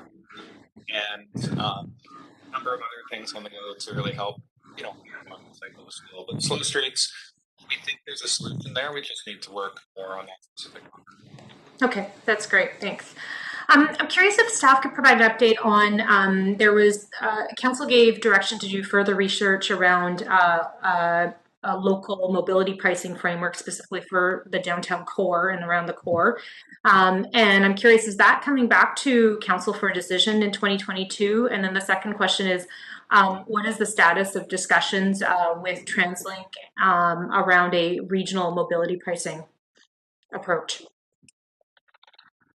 So in terms of the transport pricing program, we have just gotten a consultant on board and are just about to start conversations with stakeholders. And right now we're really in that investigatory stage, trying to understand what's important to key folks, starting to understand what we need to be looking at forward, and to bring it back to council with an update in 2022.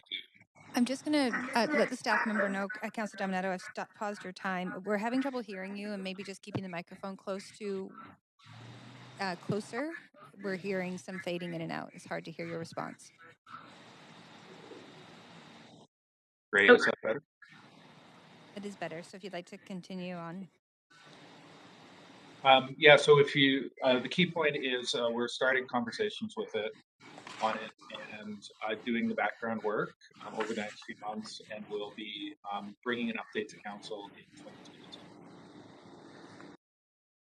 2022. Thank you for that. I'm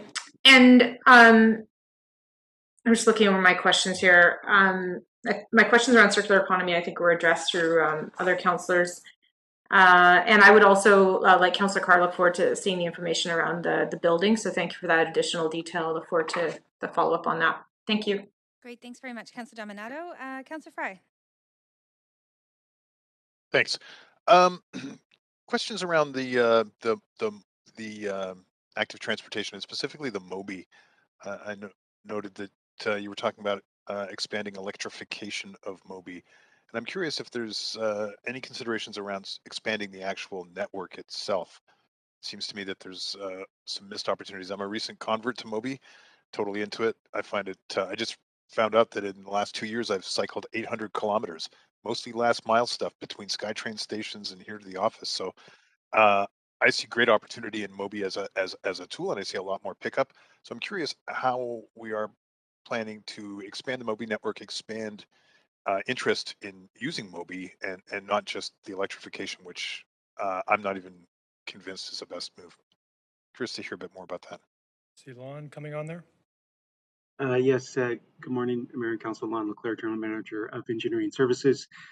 Yes, in the next year, we are looking to expand both the coverage in terms of itself, but also introduce electrification for e-bikes, which will make it a option for a lot of those trips, which actually take you up a steep hill today. Indeed, taking a MOBI up to City Hall is challenging when one is wearing a suit and tie. Are there specific plans to hinge it off SkyTrain? I see a fantastic opportunity, for instance, off Canada Line around Oak Ridge, Punjabi Market, Langara, that kind of area. Similarly with Marine Gateway as kind of low-hanging fruit, as it were. Yes, so we'll be bringing a report on the expansion of the project to council. But in the past, our expansion has been kind of square contiguous area based. And we are looking at more linear or strategic expansion, which might not just say expand the boundary to this new street and kind of fill in all the spaces in between, but rather be looking much more specifically at locations that would really benefit from a station. That sounds fantastic. On that note, can we expect to see some better cycling infrastructure in South Vancouver, particularly around Marine Drive there and Marine Gateway and Kent? Maybe I'll allow our Director of Transportation to speak to that. Paul? Hi. Yes. Hopefully you can hear me. I'm trying to improve my sound, but yeah, the Kent Avenue has been on our list to improve for active transportation for quite a while. It's really coming up on the priority list. There's a lot of demand east-west to get to the station there, so it's something we want to start working on soon. Okay, great. Thank you. That's good for me. Thanks, Chair. Thanks very much, Councillor Fry. Councillor Wiebe. Yeah, I'm just wondering, looking at the dashboard, are we looking to update our targets and indicators, and is this something that we will continue, recognizing that these numbers are now outdated, and just wondering where we're at with updating and providing this accountability for the city's green work? Yeah, good question. If we were going to propose changing any of the targets, we would bring those back as recommendations to council. In terms of some of the more minor timelines around individual actions, we are doing minor updates from those from time to time, and we'll continue to update those as part of future updates on the implementation of the action plan. So to be clear, we're going to get a new dashboard or a new opportunity, because it's difficult because we just put out a Vancouver plan book to the public that has 73% of residents live 5 minutes from a park, and then I look at the dashboard and it says 92% of the land base. And so I'm just wondering how we can be clear with our messaging and ensure that we're holding ourselves accountable to urban forest cover and other goals that we have, including reducing trips. I see. Okay, yeah. So we do have a commitment to come back on the Climate Emergency Action Plan every year and update that dashboard as Vancouver plan is completed and the indicators framework is clearer for that work. It may well make sense to update that so there's better consistency between the two. Okay, so Climate Emergency Action Plan will have a dashboard that might be different, but we will have a similar goals throughout on what we're achieving as a city. Yeah, we do want them to be consistent across those, but the plan is to report annually on Climate Emergency Action Plan progress. Okay, on this work, it looks like in our funding for the budget coming up, the role for a park board climate emergency and resilient manager that will look at biodiversity and access to nature isn't contemplated in funding. Can you talk about the importance of that position to this work? I'm just going to call up Brad here to take that. Hi, Councillor Wiebe. The position is being put forward by Park Board, but I'll attempt to speak to it. So it directly aligns with Big Move 6. It's really focused on supporting the city's urban forest canopy. So that would be the connection to CPURE through Big Move 6. Beyond that, though, I think someone from Park Board would be better to respond to this one. Okay, and on that urban forest canopy, recognizing we did have the heat dome this year with almost 100 deaths, and we have significant areas of the city that are under 10% urban forest cover. Can we talk about how we're going to move forward with that, recognizing in the finances that was presented today, there is no financing for the Big Move 6 over the next 5 years? Yeah, I will pass to Tamsin, but I'll just briefly note, Councillor Wiebe, that there is an intent to bring forward a report on Big Move 6, and it will have some description of priority projects, including filling some of the gaps in our canopy cover with a sense of budget required to do that. Tamsin, Mills, do you want to add anything to this? Yeah, thanks. I'll just add that there's lots of recognition of the importance of canopy cover in mitigating the heat event, and the BC CDC is researching currently just how effective and important that is and what percentages are needed. The Park Board in December 2020 did approve a target of 30% canopy cover for Vancouver, and we will be incorporating that in our BM6 work, which we'll hopefully report back on soon. Okay, now the Greenest City is complete. Which elements of the Greenest City plan are we no longer going to be monitoring, and how come? Councillor, this is Doug Smith. So I wouldn't say we're no longer monitoring things. What I would say is we've put some things on pause. We're focusing on climate emergency while Vancouver plan is being developed. But the intention is once Vancouver plan lands is to come forward with another comprehensive environmental plan for the city, which will include likely, we haven't decided yet, but likely the same things that you saw in Greenest City and hopefully some additional things. So it'll include green space, waste reduction, water conservation, all of the things that have been priorities. We wanted to do them underneath Vancouver plan as opposed to doing them independently. Just 30 seconds, Councillor Wiebe. Okay, so quickly, so we put on pause our environmental plan until Vancouver plan is set up and focusing on buildings and transportation with the climate emergency in the meantime. Is that correct? That is correct. Okay. A little concerned about that. Thank you. Appreciate the answers to that. Thanks, Councillor Wiebe. And Councillor Boyle, over to you. Thanks. I have a few questions on the transportation side. I appreciated all of the answers on buildings. Further to some of the questions about the school streets program, I'm wondering what examples we've seen in other jurisdictions that use a bit more infrastructure to take the place of the heavy reliance on volunteers that we saw in the pilot of the school streets program last spring. I know in Britain they had those great kind of expandable screens, which of course wouldn't work in all of our locations, but wondering if there's some infrastructure solutions on that front. Turn that to Paul. Yeah, that's still something that we need to learn. I think we have a bit of a different regulatory framework than they have in the UK. So we need to be sure that, well, we need to see where there are differences and how we can try to get over those. I know a lot of the school streets programs in the UK haven't had to rely so much on volunteers. So we're taking a better look at that, what we can do in our regulatory framework and kind of how to adapt the program kind of better to Vancouver. Okay, great. We'll look forward to that. My second question for you, Paul, is around the temporary slow streets program and what it will look like to begin to make some of those slow streets permanent.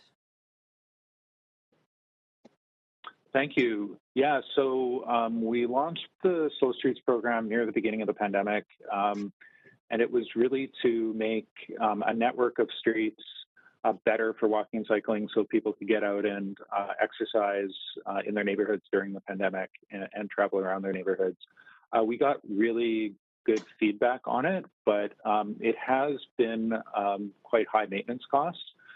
So we're looking at how we can, and we've been getting complaints from residents about barriers moving around and things like that. So we're looking at how we can reduce maintenance costs and make that program a bit more robust. And then we'll be reporting out to council fairly soon on what we think that'll look like. Okay, great. One more transportation question, if you don't mind, is around reducing the speed limit. I get a lot of questions, I'm sure other councillors do, about where we're at in terms of lowering the speed limit near schools and also in residential areas. I know we did a pilot in a couple of areas and it's been a back and forth with the province about signage requirements. So I'm wondering if you can give us a bit of an update on where that's at.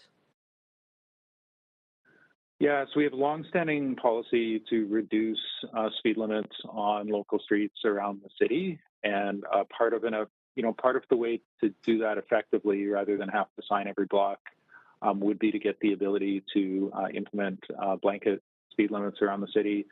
We tried, doing it on every street in the neighborhood in Grandview Woodlands, part of Grandview Woodlands, and got quite good feedback from the public on that. People quite liked it. So we're looking at how we can roll that out. We got positive signs from the province last time we talked to them, and are trying to advance those conversations. Right now, there's a bit of a different interpretation, I guess, about what the regulations actually are. So we're trying to hammer those out now with the province. Okay, but that's happening. There's no direction from council needed. That figuring out with the province whose interpretation rules is ongoing? No, I think we have clear policy direction from council. The UBCM has also passed several motions over the years to try to move this ahead. So really, we have heard a lot more of a positive reaction from staff of the province over the last year, I'm going to say. So that's really great. So now we're into some of the details on how we might be able to implement it, or maybe there's something there now that could allow us to do it more easily already. Okay, well, I look forward to all of that. Thank you for all of that work. We'll leave it there. Thanks. Thank you very much, Councillor Boyle. And that comes to that brings us to the end of our second round of questions. So I'm just going to pause to ensure that we've not missed any councillor that would like a second round. Okay, great. So hearing none, this actually concludes item 1. So thank you very much to staff for answering all of those questions in your presentation. And as this is an update for information only, there'll be no vote. That concludes item 1. So thank you very much. Now we will be moving to item 3 on the agenda, and our third item is the interim update, accessibility strategy, phase 1 development, held by Councillor Dominato. We do have Sandra Singh, General Manager, Arts, Culture and Community Services, as well as Wilma Clark, Assistant Director, Karen Lay, Social Planner, and Mumbi Mena, Social Planner in the Social Policy and Projects Division. And we also have Jacques Courteau, Chair of Accessibility Strategy Task Force, all available. There is a presentation, but I actually just wanted to check with City Manager if that's something staff would like to move ahead with. I understand that it may just be questions of staff from Councillor Dominato.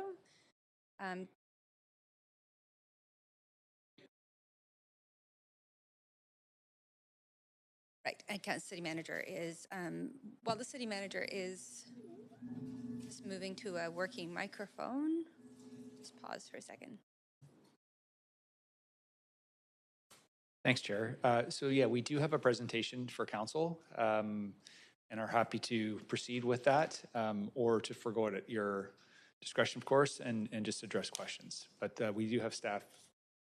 Sandra's here, and the other staff will be here shortly to present. Okay, excellent. Well, I will actually just pose that question to councillors if they would like to see the presentation. And that was Councillor Weeb asking to see the presentation and others, so we are going to move ahead. So, point of personal privilege. Yes, Councillor. I don't know, where am I going to view that, because I'm not hooked into the council chamber right now. Will it be on the WebEx? It will be on the WebEx screen. Yeah. Great, thank you. You're welcome.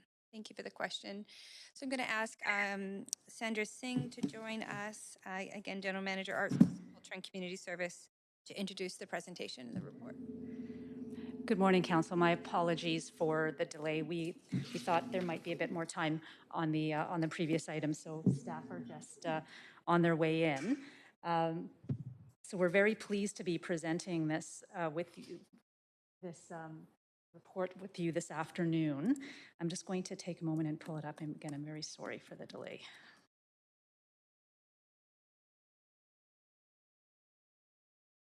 This is Mumbi. I can go ahead and pull out the presentation on WebEx if that works. Great, thanks so much, Mumbi. That would be wonderful. Thank you. All right. Okay. So good morning, Council. So we're very pleased to be presenting this interim update on the development of the first phase of the citywide accessibility strategy this morning. As per the report, the final report will be coming to Council by June of 2020, but we know that this strategy's development is a priority for this Council, and so wanted to bring you this interim update before the end of the year. For today's presentation, I will have with me in chambers Karen Lai, our Social Planner and Social Policy, and Wilma Clark, Assistant Director of Social Policy, who's been leading the staff effort. We're also joined on WebEx by Mary Claire Zach, Managing Director of Social Policy and Projects, our Social Planner, Mumbi Mena, and members of the Accessibility Task Force, including the Chair, Jacques Courteau. While ACCS is stewarding the process to develop this strategy, because this is a citywide strategy, every department in the city is represented in our internal working group. There are too many to name here, but I would like to thank them for their engagement and enthusiasm for this work, and do want to recognize in particular the partnership with the city's equity officer, Aftab Irfan, and also the leadership of Paul Storer, Director of Transportation Services and Engineering Services, who has been supporting this strategy. And I'd like to recognize him for his leadership over the years, and also he's the staff liaison to PDAC. Importantly, I would also like to recognize and thank the members of the Accessibility Task Force for their leadership, guidance, and support in the ongoing development of this strategy. They're working closely with our staff team. They inspire us and provide us great insights, and they're working closely to shape this developing strategy. And I think you can see their leadership, influence, and guidance throughout the work thus far. So I would now like to invite Karen to the podium to present the update. And we'll just take one moment, please.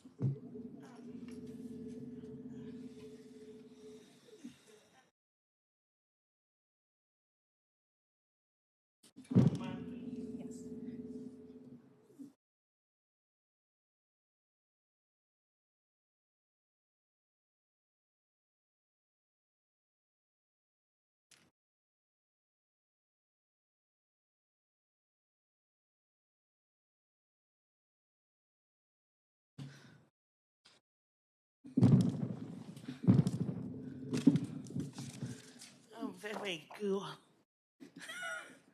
Welcome. Take a moment to get yourself settled, not a problem. Okay. Yeah. Good.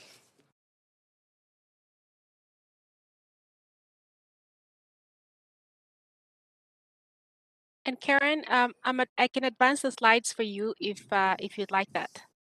Point of privilege, Chair. Could you please add me to the queue? My remote desktop is not Sorry, working. yes, Council DiGenova, we have a significant issue with Crestron, so nobody's able to get on the queue. So if you'd like to get on the queue, you can go ahead and just message the clerk and we'll keep a running list. And just letting our presenter know that all councillors are present virtually, and then those you see in the chambers. Cool. Thank you. Is the PowerPoint up? The PowerPoint is, it's actually, sorry, it's on the WebEx. Okay, thank you. Yeah, so we'll let you know when to, they'll be moving, Mumby will be working with you to move to the next slide. Great, thank you. Good morning, Mayor Kennedy Stewart, councillors and staff. Thank you for the opportunity to speak on the interim report of the phase 1 of the accessibility strategy. I'm here to represent my team, our team, and feel very supported by Sandra Singh, Mary Claire Sack, Manager of Social Policy, Wilma Clark, who oversees the project, and the Assistant Director of Social Policy, my colleagues within Social Policy, Mambi Mena, Juliana Tozek, and Kathy Bergen-Clive. Kathy was with us until mid-October, and she played a key role in restarting the work of this strategy.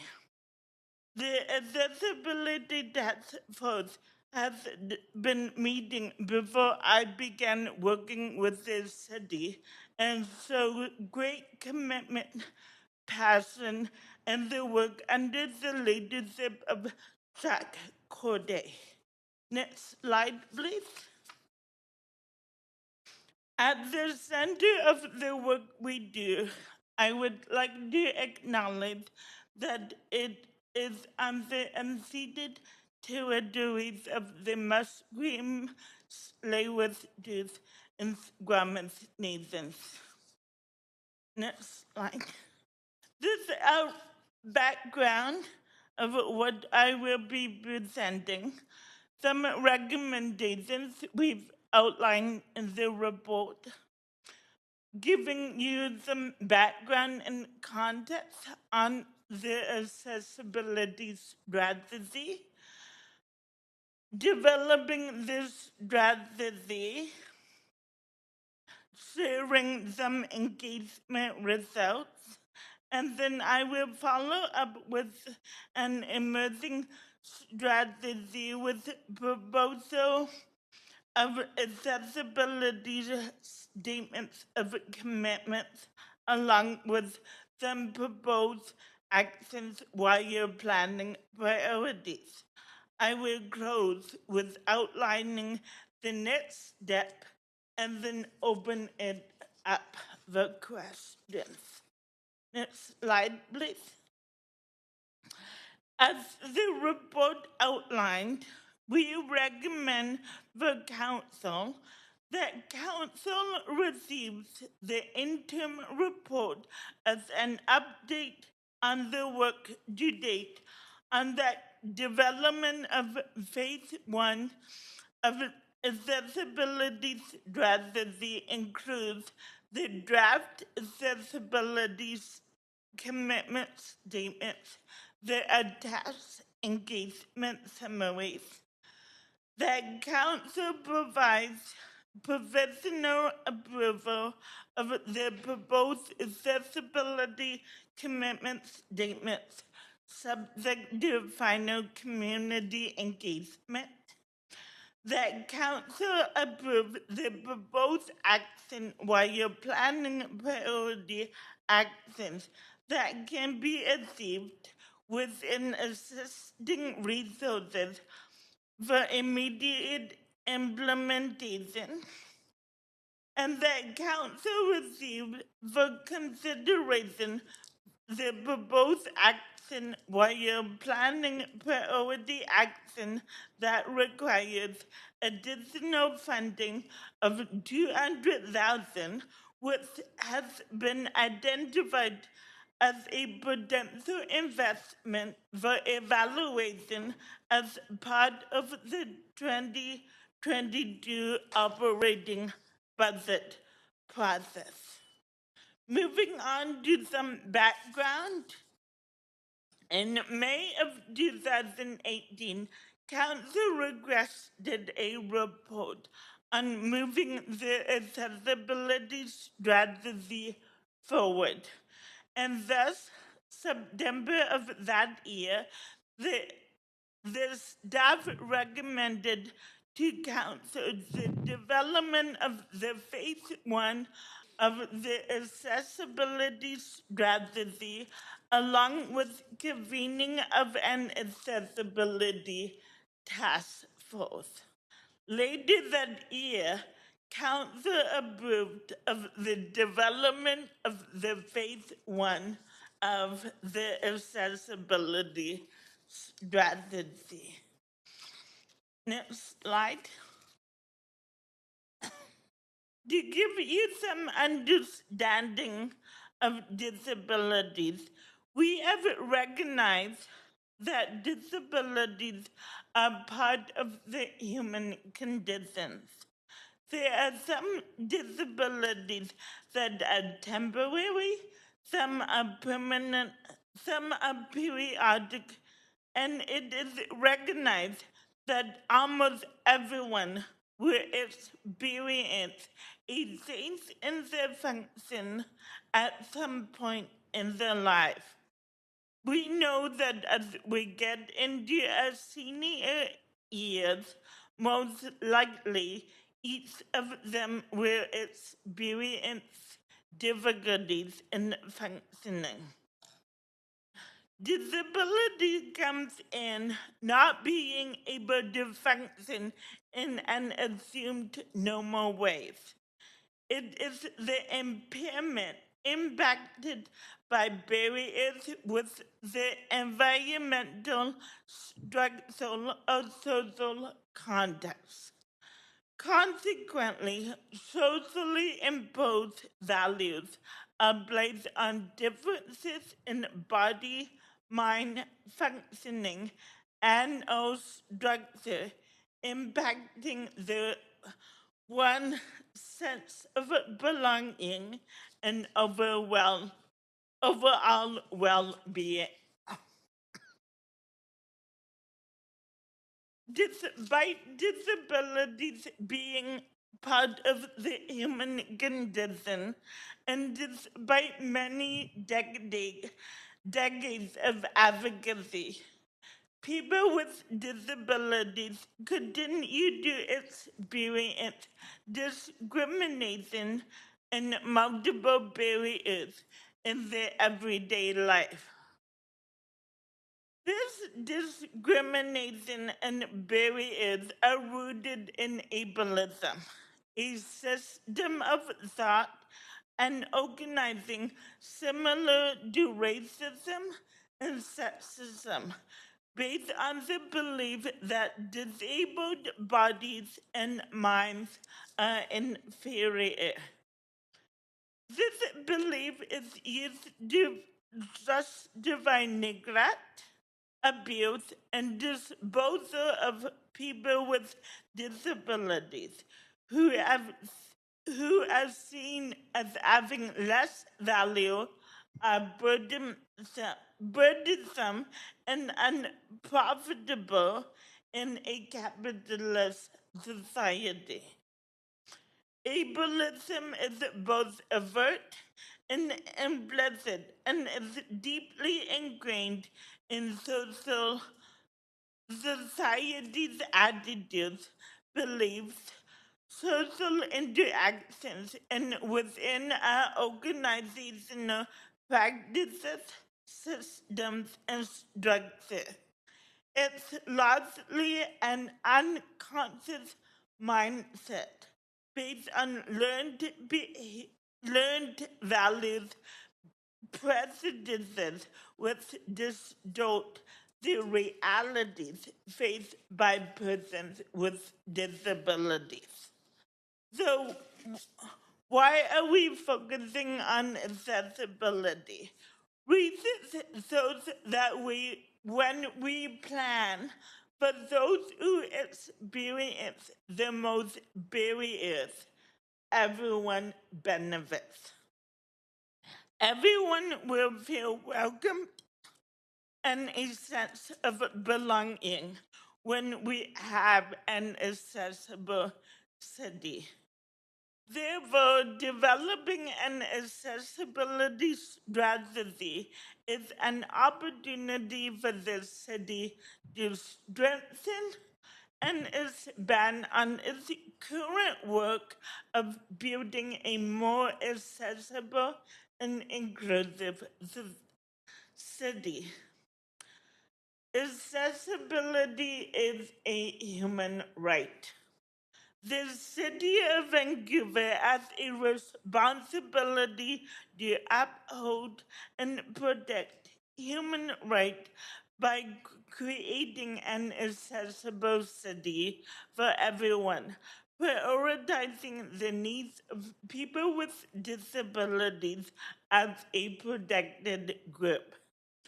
People with disabilities are diverse, with various access of different experience, and the development of their accessibility strategy should consider the needs of all people with disabilities, including physical disabilities, mental health issues, developmental, and other invisible disabilities. We're moving on to development of this strategy. As Sandra mentioned, we are guided by a accessibility task force when the motion was passed in 2018. Ever since the beginning of 2020, the task force has been meeting regularly, guiding the work of this strategy. On behalf of the task force and the team, I would like to thank past members Mary Jo Federley, Nico Williams, Al Fowler, Anita Williams, Phoenix Winters, and Colleen McGinnis. We are grateful for their commitment to accessibility. May I just ask for a quick pause as we're right up against noon? I just ask for a motion to extend. Okay, I see hands in the chamber. To pass lunch to hear the presentation, and then we'll hear questions after lunch. So that's the motion on the floor. All those in favor? Aye. Aye. Any opposed? Great, thank you. Please continue. Thank you. Community engagement began with meet and greet sections with various community organizations. The goal of these sessions were to build relationships and to let them know about the emerging strategy. Staff also organized virtual community dialogues where we heard from people with various disabilities and other intersecting identities. We heard from council, advisory committees, parents, caregivers of people with disabilities, seniors, immigrants, sex workers, and the city staff with disabilities. We heard from the broader public through an online survey that was sent out through Shape Your City.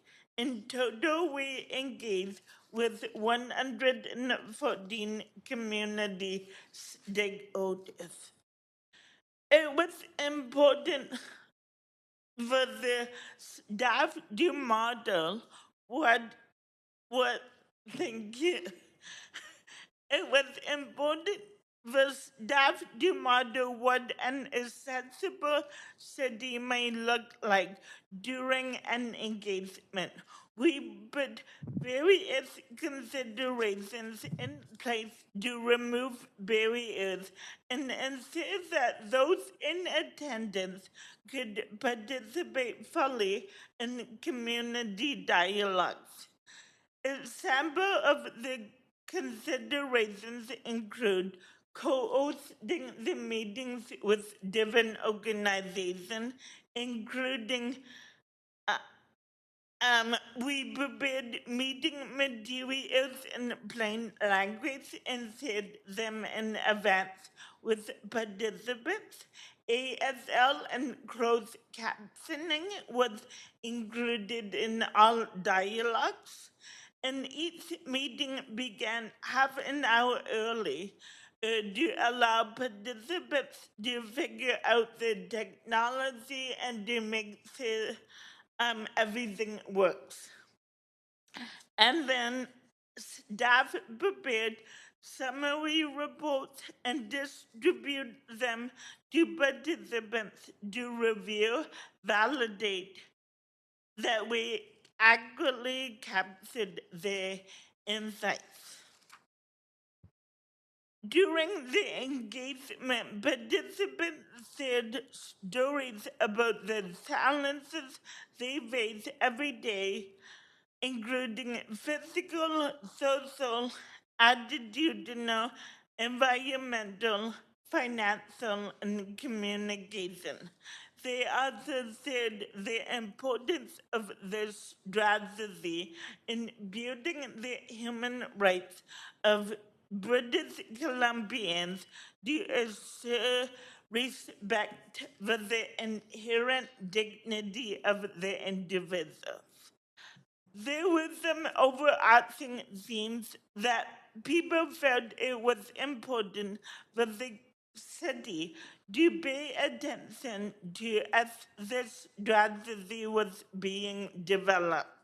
These include engaging with people with lived experience, increase public education and awareness to counter ableism, increase understanding of the full spectrum of disabilities, shift to an accessibility culture, apply an accessibility lens, instill universal design principles, and implementing accountability methods. From the engagement, these comments that aligned well with our assisting themes. These themes, such as built environment, governance, and services to employment, were developed by the jurisdictional scan and the work of the task force.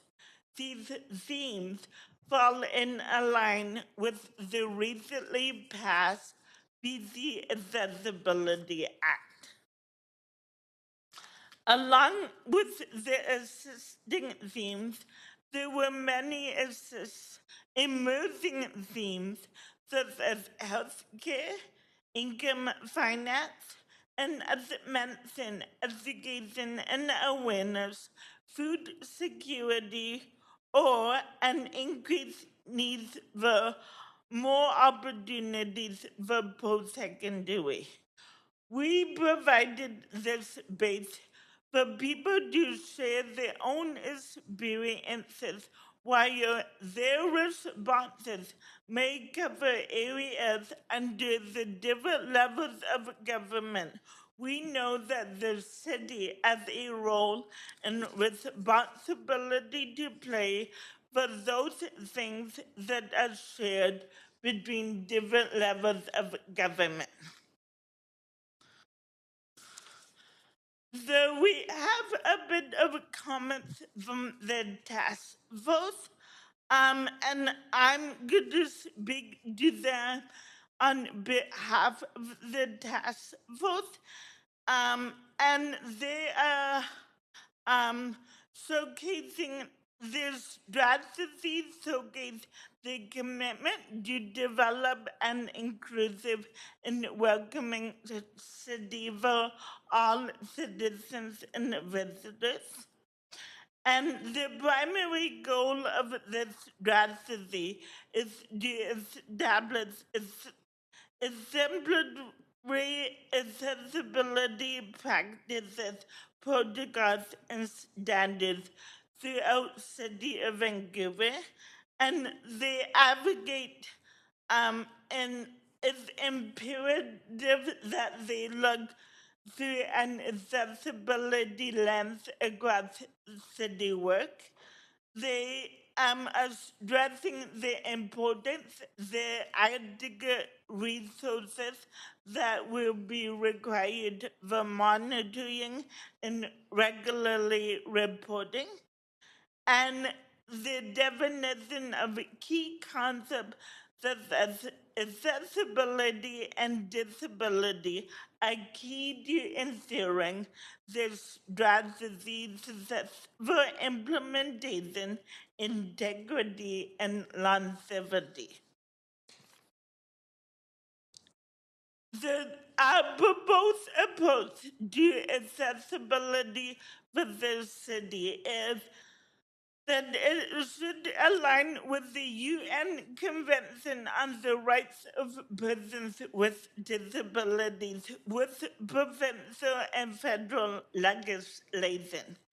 Further, the proposed strategy should be informed by disability justice and intersectionality lenses that prioritizes disability and considers how disability intersects with other identities such as age, race, gender, and immigration. And recognizing the diversity and the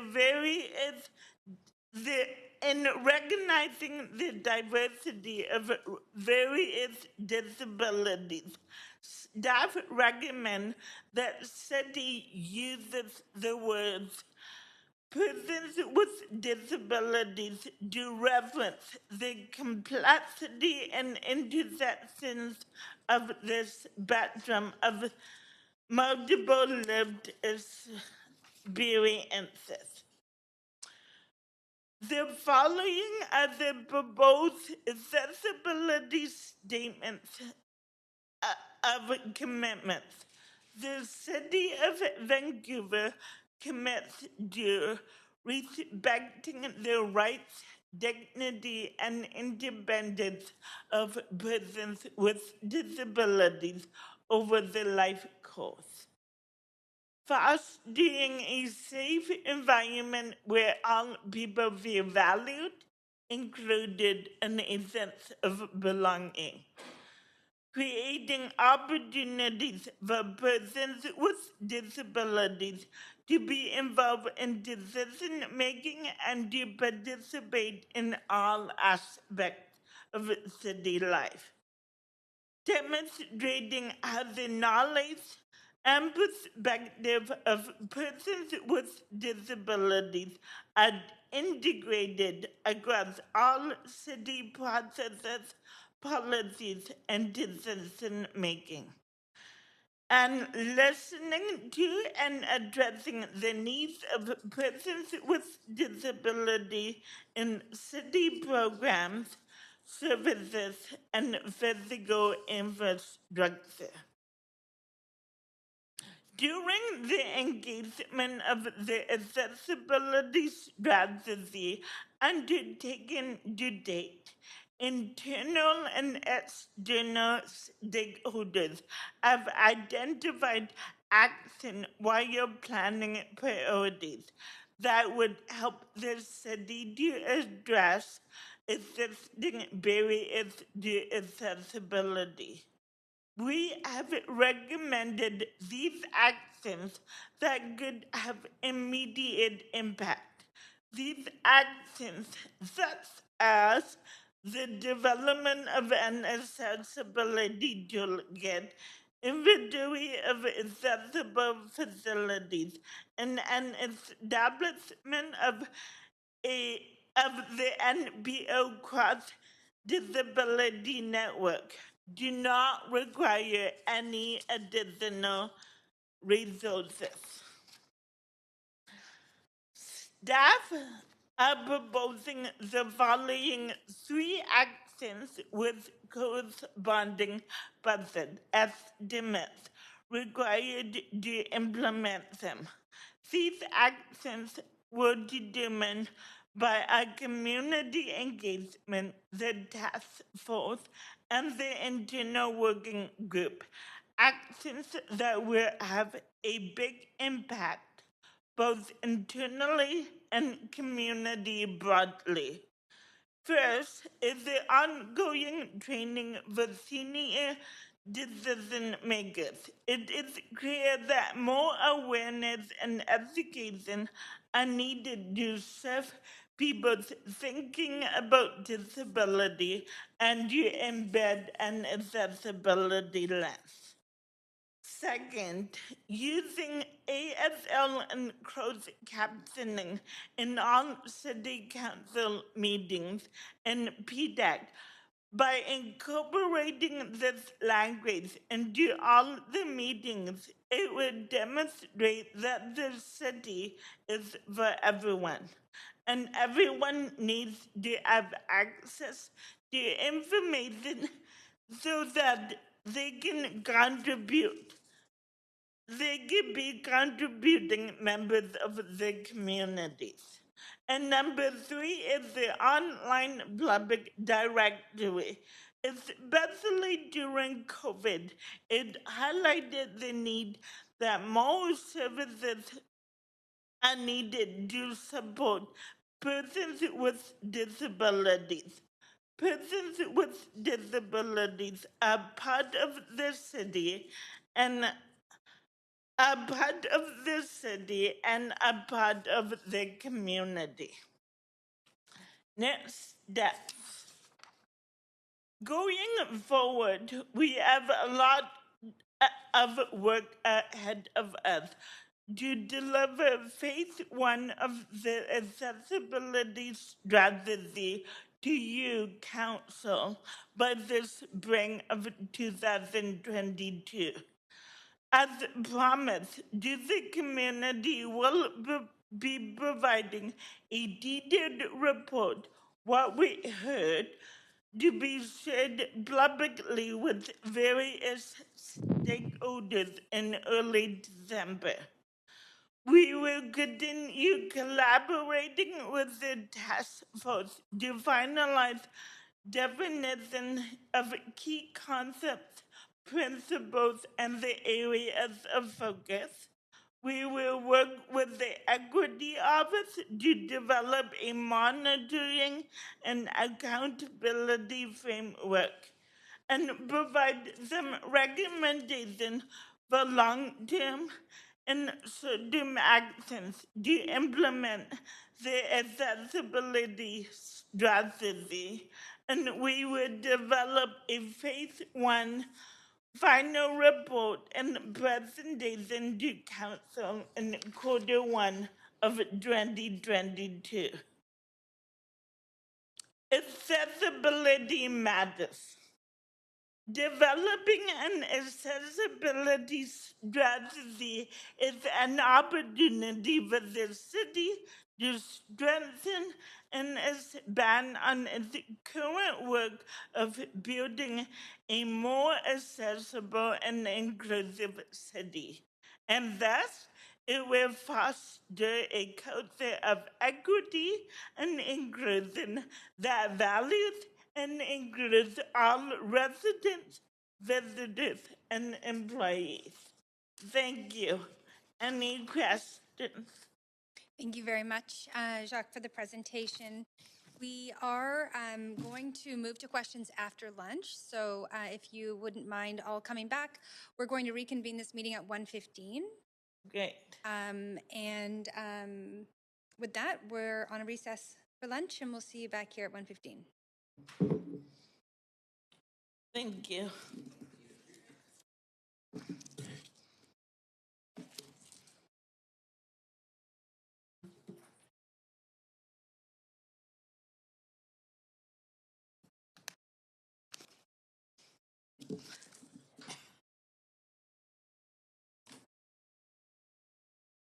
Yeah, no, that was good teamwork.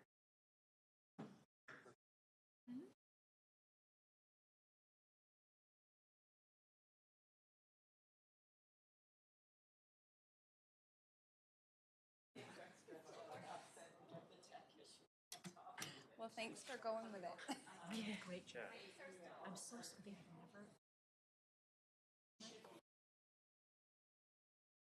never. Usually there's like. So sorry. You did.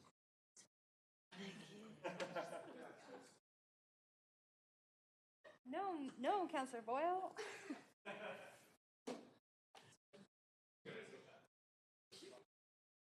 Yeah.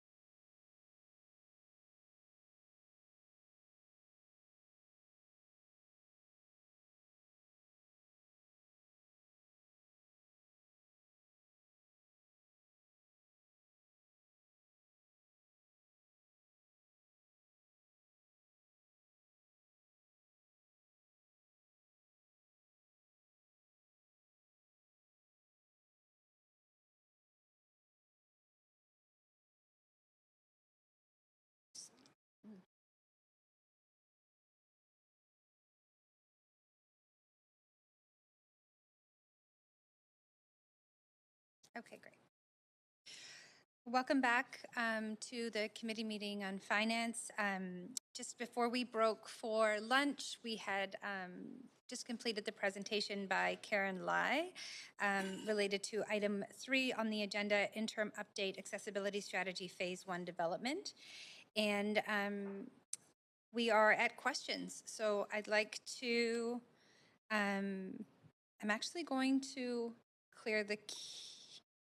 We do have Councillor Dominato was first on the queue before we went to break, and then Councillor DiGenova, and then we'll go with the other councillors on the queue in that order, Councillor Swanson and Councillor Weeb. So Councillor Dominato, you have 5 minutes of questions. Thanks, Chair, and thank you for the update today. And some of my questions will be informed by feedback I solicited from 3 different individuals who identify as persons with disabilities. All 3 are in wheelchairs, and so I solicited their feedback.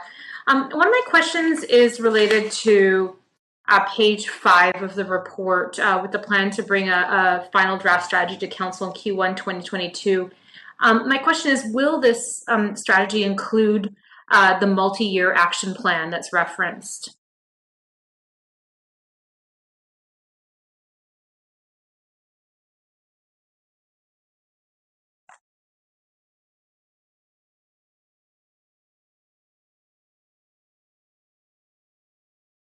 Chair, I'm not hearing anything. Am I?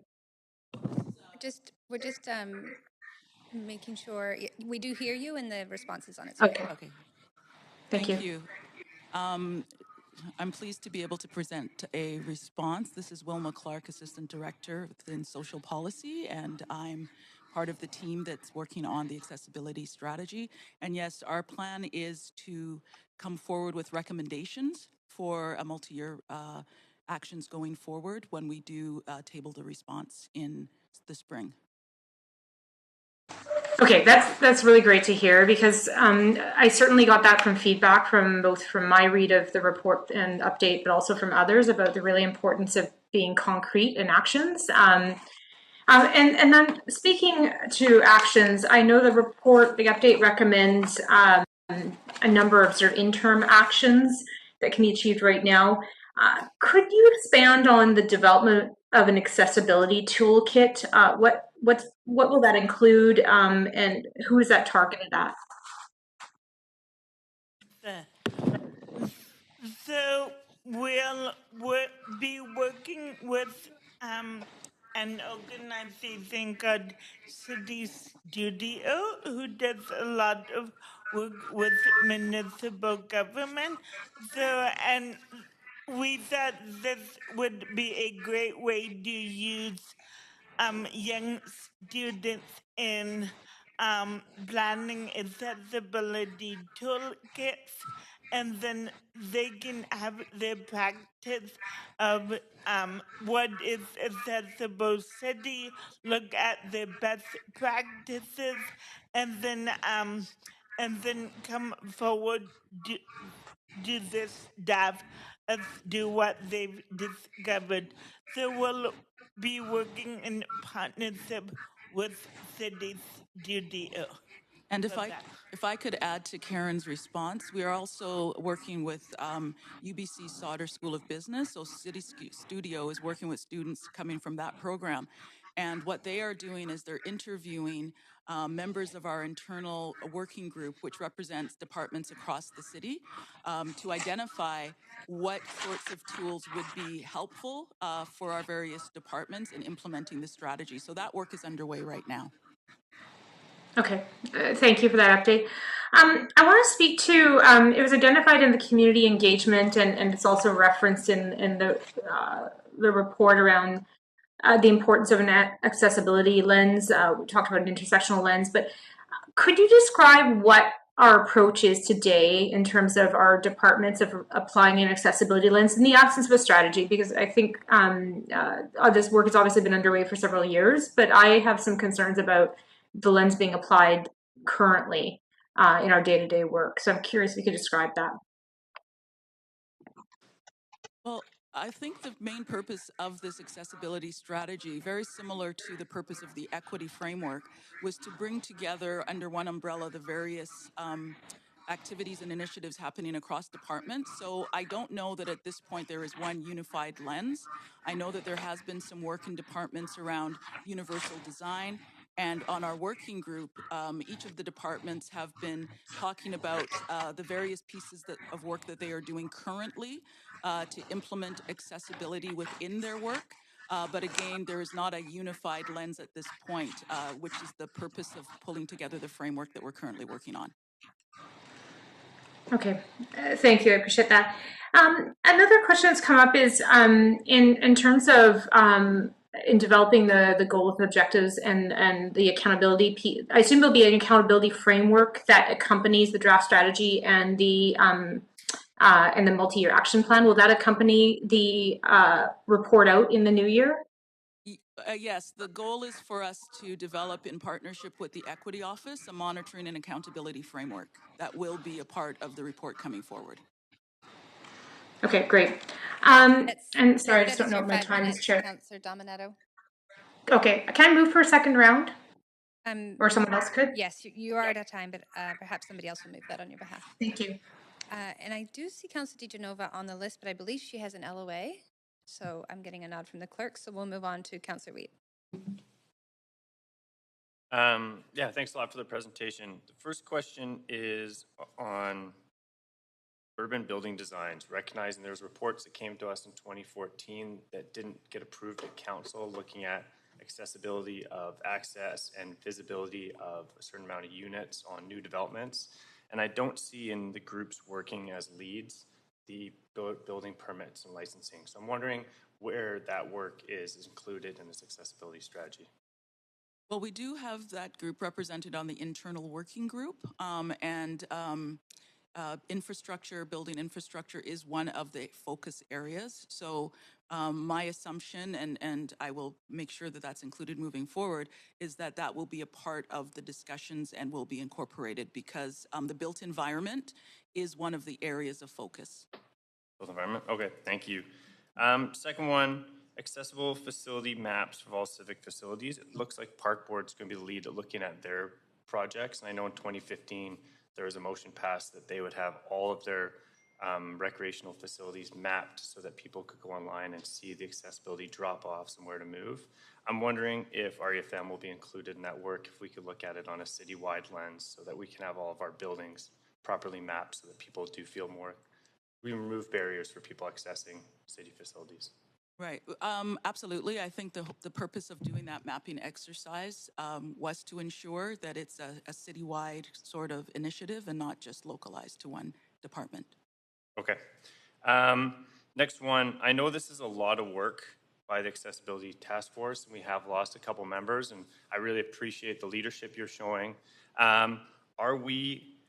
Is there honorariums for the people that are on this committee, recognizing how hard they work? And I know there's a lot of time and commitment. I mean, this has been going on since 2018, so we have lost a few really good people. So how do we ensure that the momentum continues with all the amazing work that's being done by this committee to keep the momentum going as we see this Accessible City Task Force come to light? So I completely agree. The task force has been instrumental in guiding this work over the past years. And they are wonderful volunteers coming from basically our PDAC committee as well as the Seniors Advisory Committee. And the issue of honoraria has come up for those who may be interested in it. And for those who are interested, they've approached. So it has been offered as a recognition of the work they're doing. That's great to hear. Is Jacques on the line? Is that true? Is he here to answer questions as well? I'm not sure if Jacques is on the line or not. He had said that he may not be available. Yeah, he's out of town at the moment. I know he's in Miami, but I thought he was gonna zoom in. Yeah. That's You'd hope for that as well. Yeah, so I guess the committees, because I know the seniors committee was also involved in that. Can you talk a little bit about how this work has been working with the advisory committees and what we're going to see coming up here in January, or I guess Q1, because I'm really excited to see this strategy come forward. So what are we going to really see in the new year that we can be kind of like concrete? Like, I guess so how's that working relationship going? And what elements are we going to see that are going to be tangible, accountable? And the funding ask at 200,000. What are we looking at for funding, recognizing that we have a larger budget asked probably in the future? Well, I can start and then maybe I can turn it over to our GM, Sandra Singh, to speak to the budget piece. In terms of how the work is going with the task force, I think the work is going wonderfully. We have a number of new members from the PDAC and Seniors Advisory that's added some new energy as well to the group. And they've guided this work. They've been a part of putting together the community work that we've done. They've led that community engagement. They've sat in on those sessions. There is a section in the report that you will see that are the comments from the task force themselves and what they would like to see going forward. And in terms of what we can expect going forward, as Karen had mentioned in her presentation, one of the pieces that we had committed to, both the task force and ourselves, was getting back to community with what we heard report from them, so that it's really clear that we have heard them and we've heard all of their issues and that we're bringing those forward to council. We are also, has been mentioned as part of the report, we're going to be working to put together the implementation plan, which will include the monitoring and accountability, which will include the a gap analysis and where we need to go, and will include multi-year action. So all of those things are coming, and yeah, we're excited about that. I also should mention that there were I'm sorry, Councillor, it is over time already, so if we can hold that second part. Thank you very much.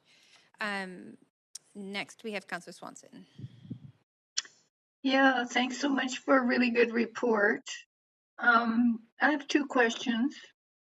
I've got a friend in a wheelchair who's absolutely beside herself because of the building code. Is there any way we can bump up the speed of getting our building codes changed so that new buildings are accessible to people in wheelchairs?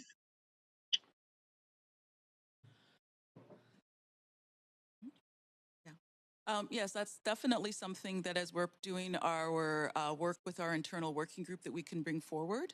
We do have representatives of DBL on that group, and so we'll make sure to note this as part of our discussion going forward.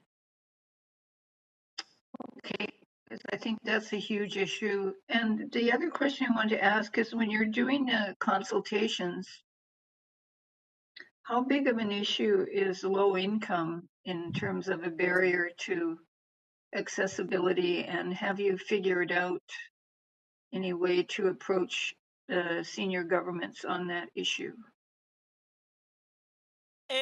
With all the community dialogues we hosted, about 14, the income level was one of the key emerging themes, and we'll work on the various with the internal working group and with various groups to see how we can incorporate that in this strategy. And I would just add that, as Karen mentioned, there are many recommendations coming to us from our community engagement that we recognize that the jurisdiction lies with other levels of government. And one of the things we did commit to was to identify those and to also share with these other levels of government what we're hearing about from community that falls within their jurisdictions. Okay, thanks. So if there is any political action on that front, call me. Thank you. Thank you, Councillor Swanson. Councillor Boyle. Thanks for this presentation. A number of my questions have been asked, but I might expand on them a little if I can. So I was also curious about the intersections between disability and income and what we're hearing from folks in terms of making sure our accessibility strategy is rooted in those intersections. That's sort of half the question. And are we hearing from low-income people with disabilities in informing the strategy? Absolutely. With all our dialogue sessions, we try to seek people that represent intersections identity, and as mentioned, a lot of them both their income, like buying food or getting good employment to provide sufficient income to get the living costs. So we did hear plenty of voices on the intersections of those identities. Great, thank you. I'm curious too I know the province has been doing engagement on a provincial strategy. Do we have any hope of something comparable to the Americans with Disability Act or like a more comprehensive law that will move us on this front? My understanding of the BC Accessibility Act is that they've identified a number of priority focus areas, which are very similar to the ones we initially came up with as well for the city. And as Karen mentioned, some others have come forward through community, one of them being income.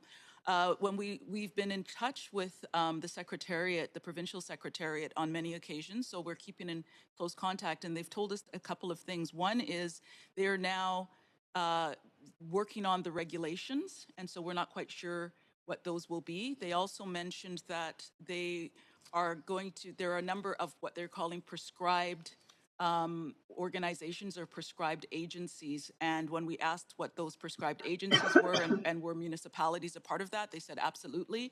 They also said that they thought that municipalities and public services were going to be the first up in terms of the application of these regulations. Okay, that relates to my other question is about the building code as well, and just knowing how hard it is to find affordable housing for people with disabilities. Do you have a sense of where BC Housing fits into that, or the building? I mean, I think about the building code, but a lot of new market housing, even if it was physically accessible, is unaffordable. So I'm just interested on that. That's one of the key questions I hear from folks, and interested in any ray of hope or what we can be doing more of within our jurisdiction on that front. I don't know BC Housing's position at this point, but we're more than willing to engage with them as we go forward with this work and raise these points and hopefully be able to engage on that.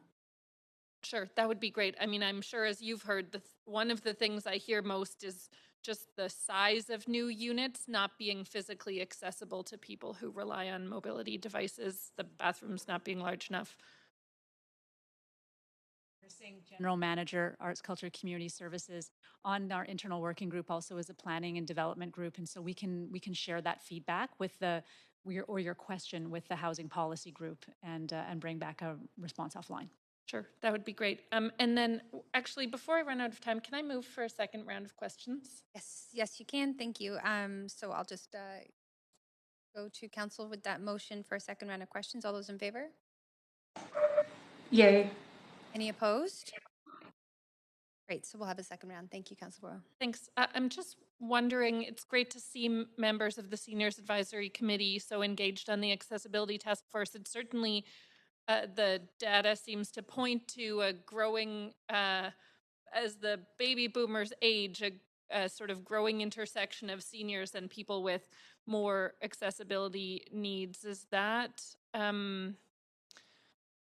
mean, and so housing comes up for me, transportation too, of course, but what's our sense of how we're going to meet those needs? And I have 5 seconds, so for a huge question, maybe I'll just go back on the list for that piece. Sorry about that. Great, thank you very much, Councilor Boyle.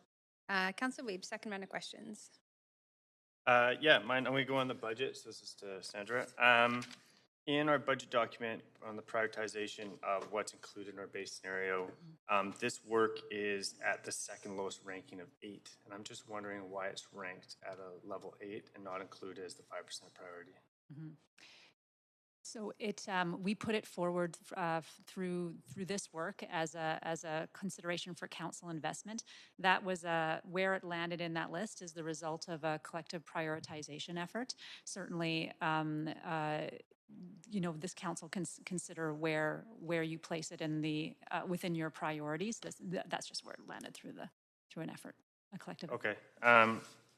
Can you expand a little bit on that effort on? Sure. Yeah, how Sure, that process went. absolutely. There was some prioritization across multiple departments. We recognize that in the list presented to council, there are a great number of priorities that address, whether it's climate change, affordable housing or affordability, poverty reduction. So there's a whole range of priorities in there, and ultimately it'll be this council's your responsibility or your role to prioritize that. But that was what came through an interdepartmental kind of exercise to prioritize. It's as you can see from the list, it's difficult. Okay, and one of the comments from the committee and as well as some of the work in here says to ensure that this work is properly funded moving forward. Mm-hmm. How do we see the funding asks of the report coming in Q1, recognizing that there's no budget opportunities at that point? So how are we going to ensure that this is adequately funded and implemented for over the next few years? So the report, to clarify, the final report will come forward in Q2 of 2021, which gives us ample time to think about the next budget. But in the final report, we do anticipate a range of initiatives being recommended. As per the equity strategy, some of this is a lens through which we need to look at the decisions that we make and how we design systems or how we design spaces. And so it's a lens that we need to apply in a different way. In some cases, it could be a redirection of existing efforts. And in some cases, it might be that we do need to request some additional resources. It's a bit too early to tell, but we should have that worked out in time for the Q2 report and in time for the 2023 budget process. Okay, so the report next time will give us better data and information for us to make the decision to ensure we can fund this moving forward. Thank you very much. Appreciate that. Thank you very much, Councillor Wiebe. Councillor Dominato. Thanks, Chair. Just a couple of follow-up questions. It's referenced in the report the federal government's focus on accessibility standards. I know this has been a long time discussion. Curious, in the past, Vancouver has adopted its own. We have our own building code. We have our own childcare guidelines. Do you foresee us going down the path of establishing our own accessibility standards, or do you think it's reasonable to look at what the federal and provincial governments come forward with and adopt those as standards for the city? Yeah, I think that's quite reasonable. I think the part of the reason we've been staying in touch with the provincial government and what they're doing and looking at the federal government is to ensure that ours aligns with what they're doing.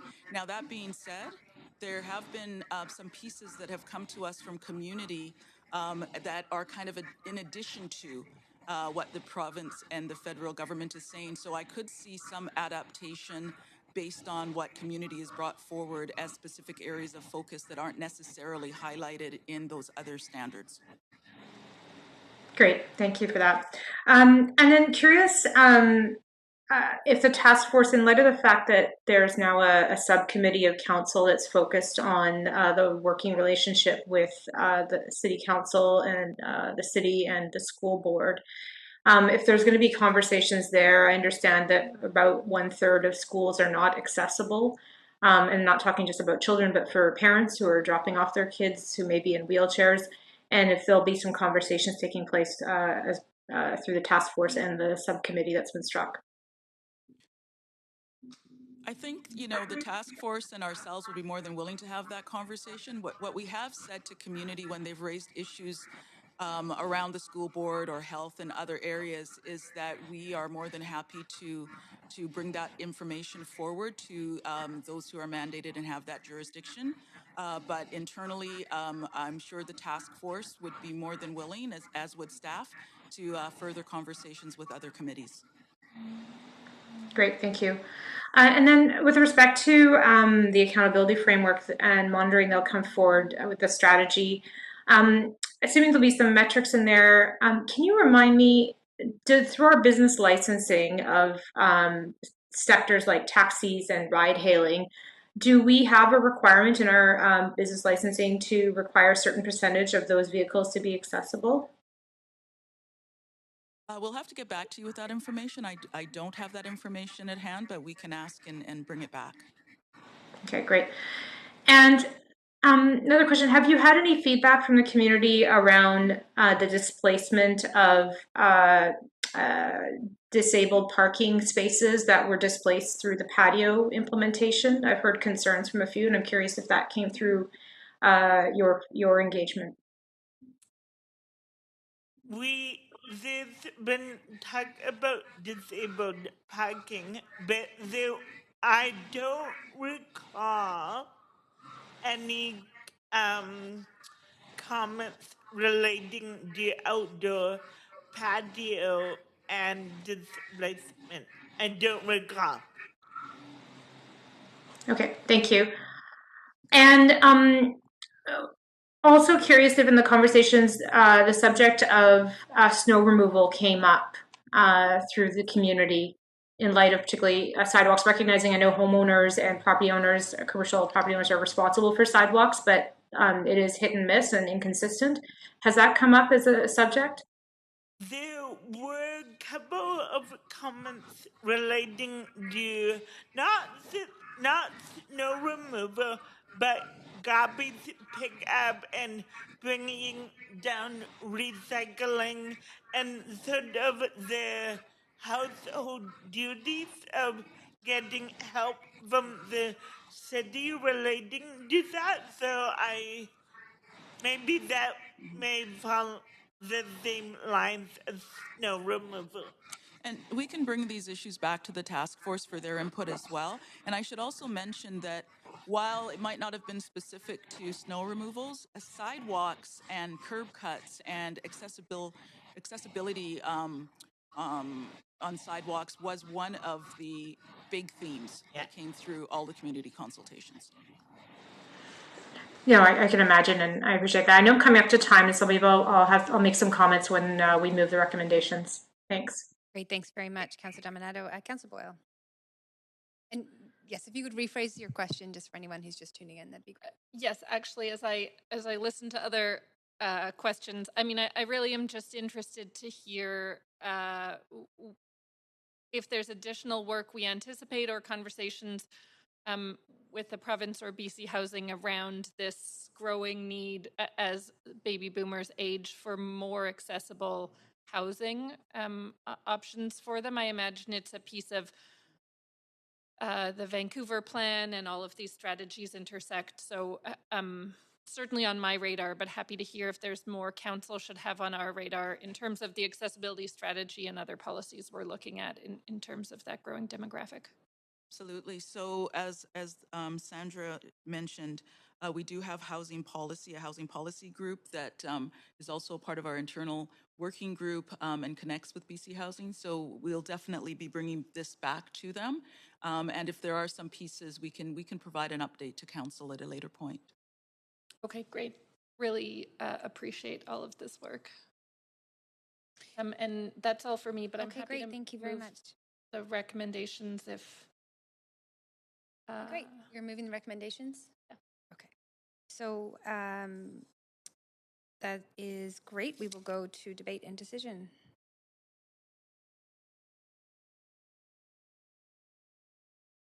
Councillor Boyle, over to you.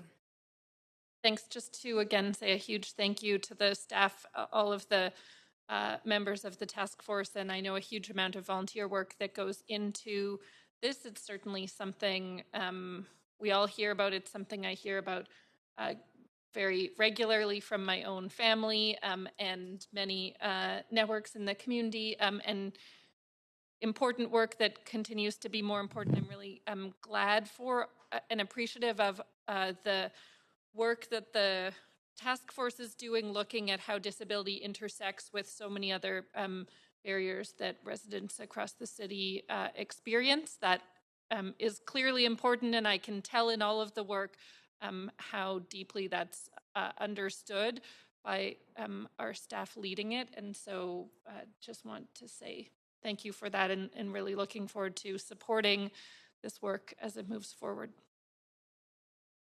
Thank you very much, Councillor Boyle. Councillor Weed. Yeah, this is exciting. 2018, I remember being at the PDAC table discussing about how we could get this on the council floor as quickly as possible before the election, knowing that this is so important and needed to continue. So to see this momentum grow, it's great to have this day. I'm really looking forward to the report. I know he was thanked before. I think Paul Storr has done a tremendous job throughout this process. He's been at every meeting. He's answered so many questions through some tough times and with COVID where this kind of got sidetracked a little bit, but he's been able to make sure it gets pushed forward. So really want to thank his leadership as well as everyone on the team. It's great to see the names on the task force still. I know they've changed, but these are all leaders that have done so much work for the city on the advisory committees. And so I appreciate the team. Great presentation, Karen. It's great to see everyone and all the work on this, and really looking forward to the report when it comes back. So thank you. Okay, thanks very much, Councillor Wiebe and Councillor Dominato.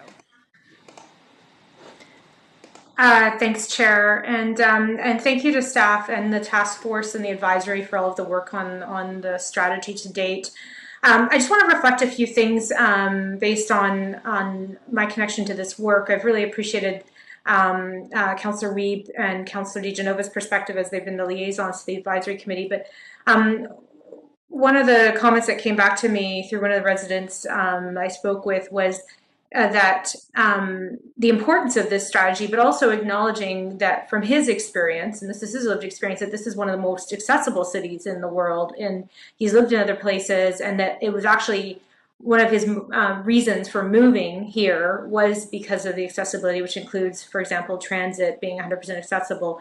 And so I think just to acknowledge that, and obviously always more work to be done, and but I thought it was helpful to get that perspective. What stood out for me in the work that's been undertaken in terms of obviously extensive engagement, but really the importance of the accessibility lens and that application across departments and across programs and services. And while I didn't focus my attention on it, others brought up the subject of buildings and DBL, and I didn't bring an amendment today because of the moratorium we have with respect to DBL, but it is something I feel strongly about around some observations I've made since being elected and some gaps. And so I appreciate that that is going to be a focus and that there's involvement and conversations happening around buildings and accessibility. I also want to speak to actions, recognizing this is high level and that the full draft strategy is coming. I think that's what people are looking for, is what are the tangible, concrete actions that will come out of this. And obviously that will be different for each person, their perspective of what that looks like. But I think there are some pieces in there already identified. And then accountability and how important that is for this work, and that there are time frames and expectations and that monitoring framework that you refer to, Wilma, so that this work moves forward. And then just reflecting some other comments that I heard from residents I spoke with is that they felt, and it's identified in the appendix, but the importance of the universal design principle, that is really critical, and that having to ask for accommodations is that sense of feeling like other. And so really that we need to be really adopting that principle throughout our work. The importance of the built environment and public spaces, great support for the accessibility audits of neighborhoods, because there is inconsistency from neighborhood to neighborhood. And you gave the example of curb cuts and how important that is. We touched on parking, and while transit is accessible for some individuals, driving and having access to a vehicle is still a necessity for their day-to-day lives. And so having that free designated parking is important. And there's so much in this strategy, obviously, but one last piece I want to reflect on is the feedback I received around the importance of more accessible seating in our civic venues and arts and culture venues, and to not be segregated. And so again, that sense of feeling like other. And so just again, I know all of that will be looked at, but I want to say thank you for the work that's been done to date. I look forward to the final draft strategy and action items in the new year. Thank you very much, Councillor Dominato. And that is the end of our speakers queue for discussion. So ready to take us to a vote, please, clerks.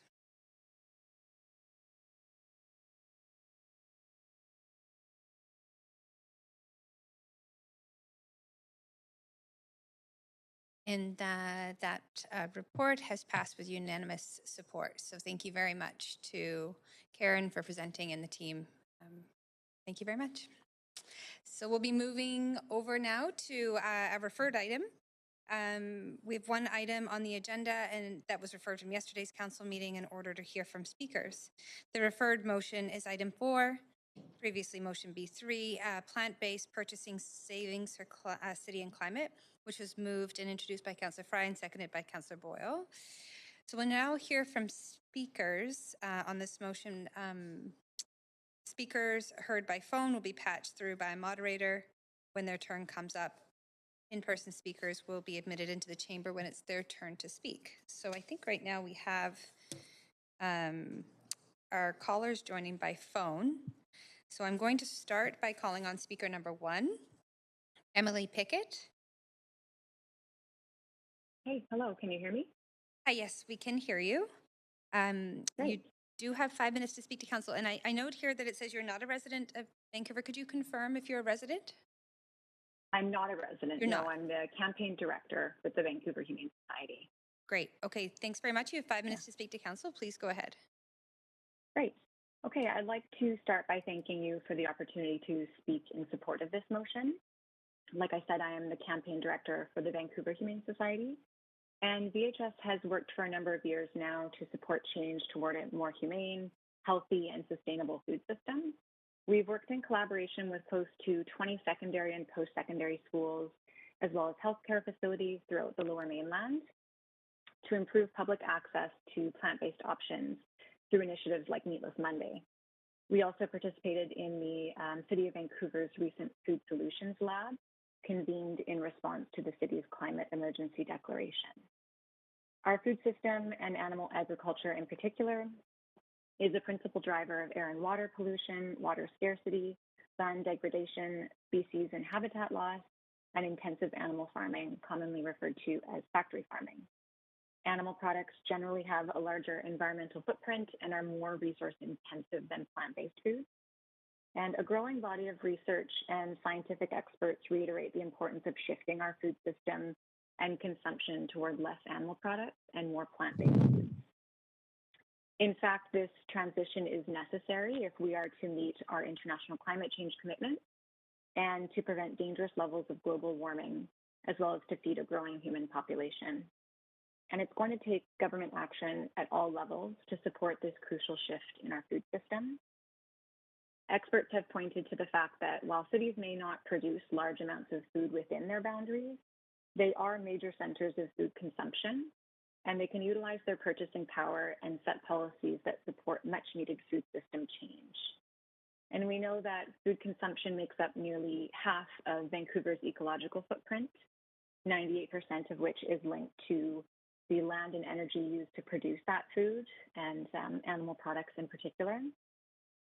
So with all of this in mind, it's really exciting for us to see the connection being made in the city's climate emergency action plan in terms of acknowledging the benefits of shifting to more sustainable plant-based diets.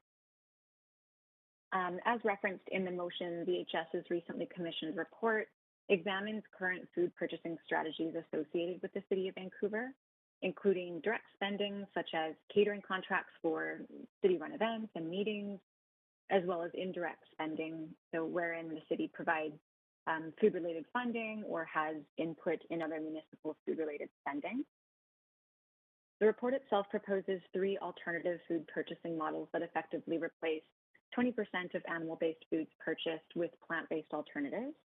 And the 3 options really vary and provide flexibility depending on what the city's main priorities may be with this, whether that be sustainability, financial efficiency, and or social responsibility. Polling in recent years has consistently reflected growing support among Canadians, and particularly so amongst British Columbians, for diet change toward less meat consumption. A survey following the release of the updated Canada Food Guide found that 53% of British Columbians saw consuming less meat as a protein source as a positive choice. And as the public becomes increasingly interested in plant-based foods and diets, whether that be for personal health, animal welfare, sustainability, or other reasons, it's important to support equitable access for everyone. Replacing a minimum 20% of animal-based food items with plant-based alternatives that do not contain any animal-based ingredients is an important first step in improving public access to plant-based diets. And in the midst of a growing climate and ecological crisis, we all need to do everything we can to support positive change in our communities. And the recommendations put forward in this motion are crucial steps at the municipal level toward a more sustainable and humane food system. And that is everything that I need to say. Great, thank you very much. You do have questions from Councillor Wiebe. Please go ahead, Councillor Wiebe. For coming to speak today. My question is on the data. Are we recognizing that this is talking about what we could do to work on climate initiatives in our plant-based food? Recognizing that certain plants are sourced not locally, they take a lot more energy, they take a lot more water. Is part of your research looking at what are the alternatives for people when they're making their decisions? So what locally based products, animal kelp, would be a better solution for the climate? Are you just looking at the animal side of this conversation? Or are you looking at what vegetables, what local produce would help us respond to the climate emergency? Certainly. So the report itself is really focused on looking at the different purchasing streams within the city and where the city has that influence. So it doesn't expand on, looking further at different plant-based foods and assessing those individually. But certainly I think there's an opportunity to kind of continue doing that work as well. Okay. Is part of that work looking at the localization of the food system or no? Not in this report. It's really focused on what food is currently being purchased, and then those three alternative strategies of either replacing 20% across the board of each item, 20% of the most cost intensive, or 20% of the most carbon intensive, and that's kind of the scope of it at this point. Okay, and recognizing the different levels of GHGs that come from different animal-based products, is part of that research going to let people make that decision about if you do this type of animal-based product, even at 20%, go for this one because it will be that much even more of a reduction? So you guys, is the organization doing a determination of the difference between different animal products comparative to non-animal products, plant-based? So there might be some information in the report if we look at the particular proposal that focuses on the most carbon intensive replacement. So it looks at what's currently being purchased and then the biggest difference in terms of carbon intensity between the animal-based current options and the plant-based alternatives. So I could see something kind of continuing from that, but that's sort of as far as it's gone right now in that one proposal focused on carbon intensity, just looking at the greatest difference and where those savings can be found. Okay, thank you very much. Thank you very much, Councillor Wiebe. Councillor Fry. Yes, sure. Thanks, Emily. Hi. Hi. Curious why the report lands on 20%. Seems modest, not super ambitious. Was there a logic to picking a number like 20%? Yeah, so we noted 20% as a minimum benchmark. We felt that it was effective in demonstrating the impact of the policy change while remaining attainable in the short term. So certainly I think there's an opportunity to start with 20% and continue to go from there. We have seen some post-secondary schools in Canada and abroad use 20% as a benchmark. So I think it was just a place to start, but it's certainly there's room to grow from there as well. So what I'm hearing too, though, 20% is an attainable goal, and does that reflect sort of market trends and demographics as to people's kind of predilection towards plant-based of late? Yeah, I mean, I think plant-based is certainly, there's a growing demand for plant-based foods. And we're seeing that, locally and internationally. So I think 20% is a very achievable place to start. Okay, great. Thanks, Emily. Appreciate the work in this report, by the way. It's really spectacular. Thank you. Great. Thank you very much, Councillor Fry. And thank you, Emily. Those are all your questions. We appreciate you coming to speak to Council. Thank you so much. Next up, we have Asha Wielden. Hello. Thank you for... Go ahead. We can hear you. You have 5 minutes to speak to Council. Okay. Thank you. Thank you for the invite to speak today. I'm in support of including minimum 20% of plant-based options in purchasing. I am the founder of Kula Foods. We produce and offer plant-based foods both in retail, catering services, and meal services in the Greater Vancouver area.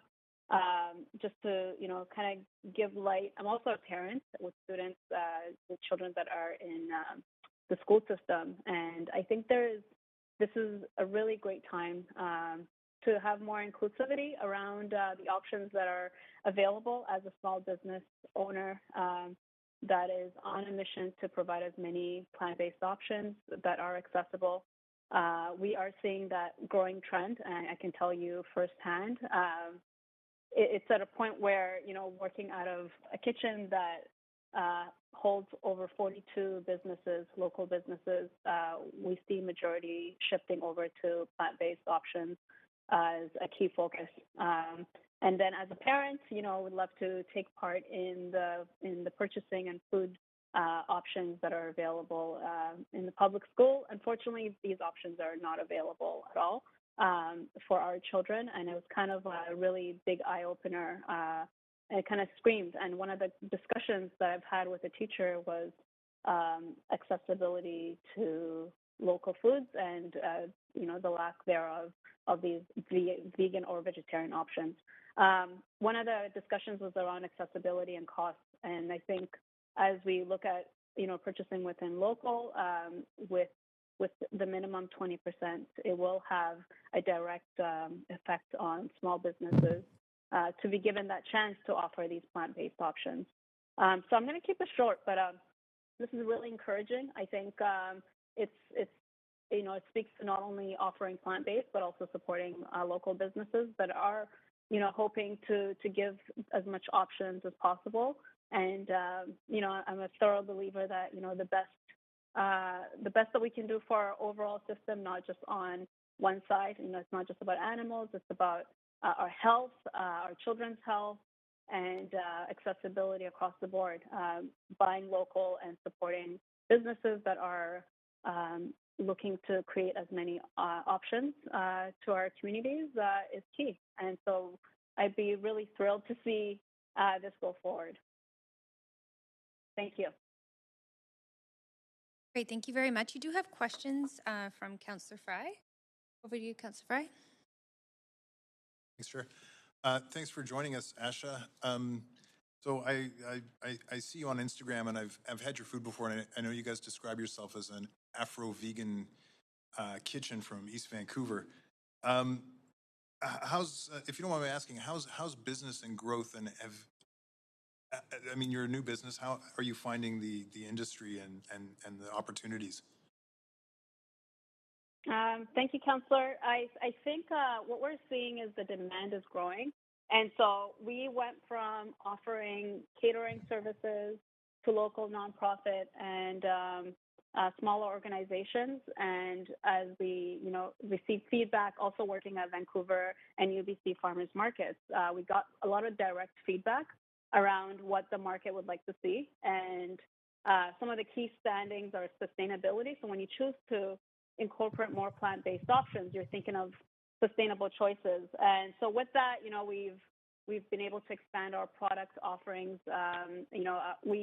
Our offers started with just stews, and we now offer alternative plant-based meats and condiments that can be used. I think our pricing has remained competitive, that it's still accessible to the community. The other part is when you're thinking of sustainability, with buying local, you're looking at the overall impact, right? So packaging solutions really plays a big role for us. And we've been able to, again, work locally in providing solutions that are well-rounded and not just based on one-sided. So, it's demand is there.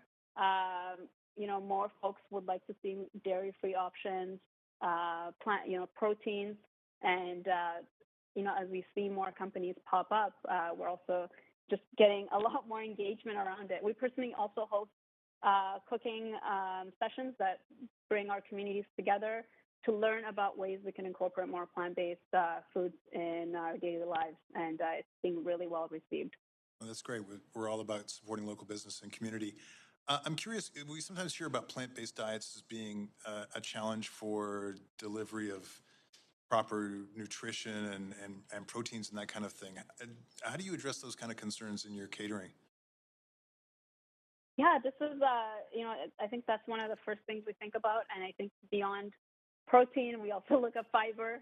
And so one of the realizations that folks come to is that natural plant protein occurs in, legumes, in beans, and these are some of the more accessible ingredients. And so we incorporate that into our stews to ensure that we keep the cost down, but also really go into more natural offerings.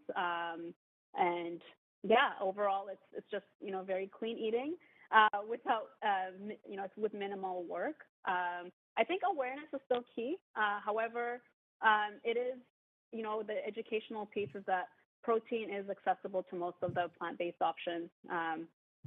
Yeah, it's not as daunting once you are willing to learn and allow companies like ourselves to continue offering it. Thanks, Okay, Asha. Thank you for that that question. is the end of Councillor Fry's time, but thank you very much. And those are all your questions, Asha, but it was great to hear from you. Thanks for coming to speak to Council. I appreciate the welcome. Great. So next we have Eleanor Boyle. Hello, can I be heard? You are coming through very clear. You have 5 minutes Wonderful. to speak to Council. Please go ahead. Okay, thank you, everyone. Thank you, Acting Mayor and Councilors. My name is Eleanor Boyle. I live and work in Vancouver, and I am speaking in favor of the motion. I am a former longtime journalist and college instructor. I have degrees in psychology, neuroscience, and food policy. Books that I have written include one which outlines all the reasons and strategies that people the world over need to eat less meat. So I am here as an independent citizen who has done a lot of research on the topic of this motion.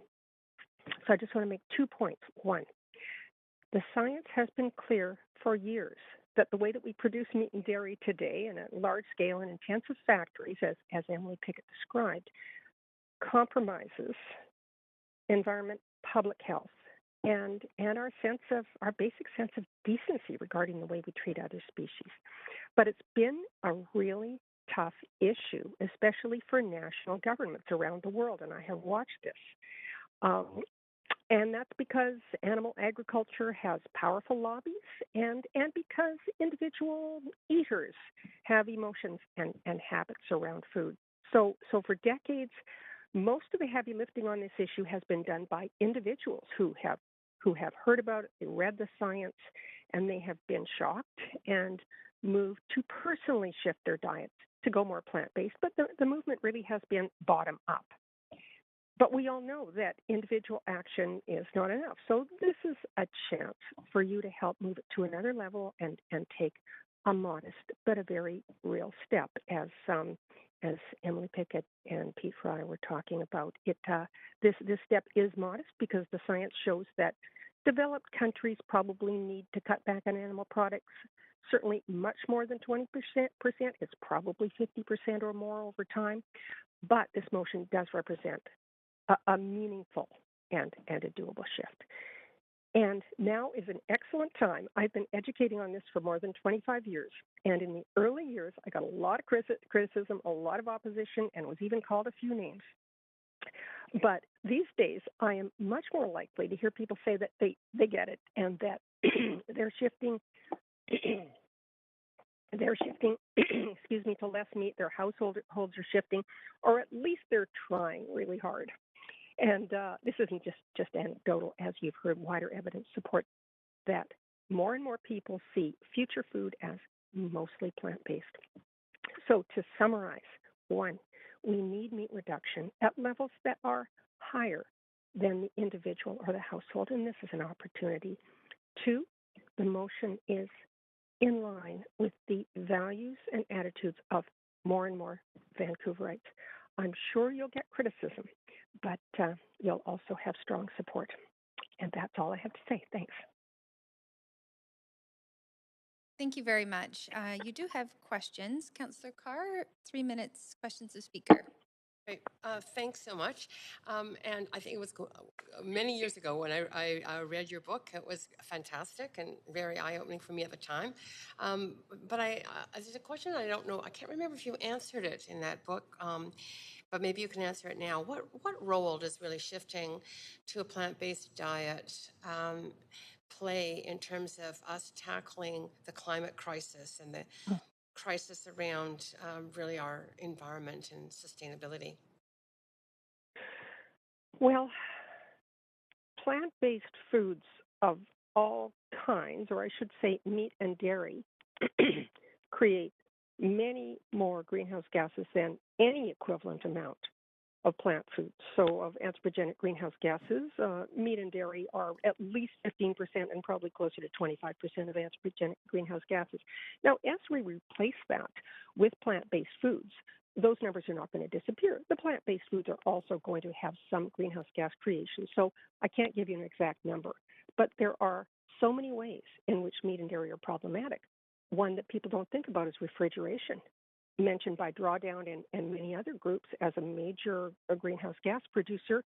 Meat and dairy products have to be refrigerated or they will make us sick. Vegetable products, not so much. So there are just a lot of ways in which meat and dairy cost many more greenhouse gases than plant-based foods.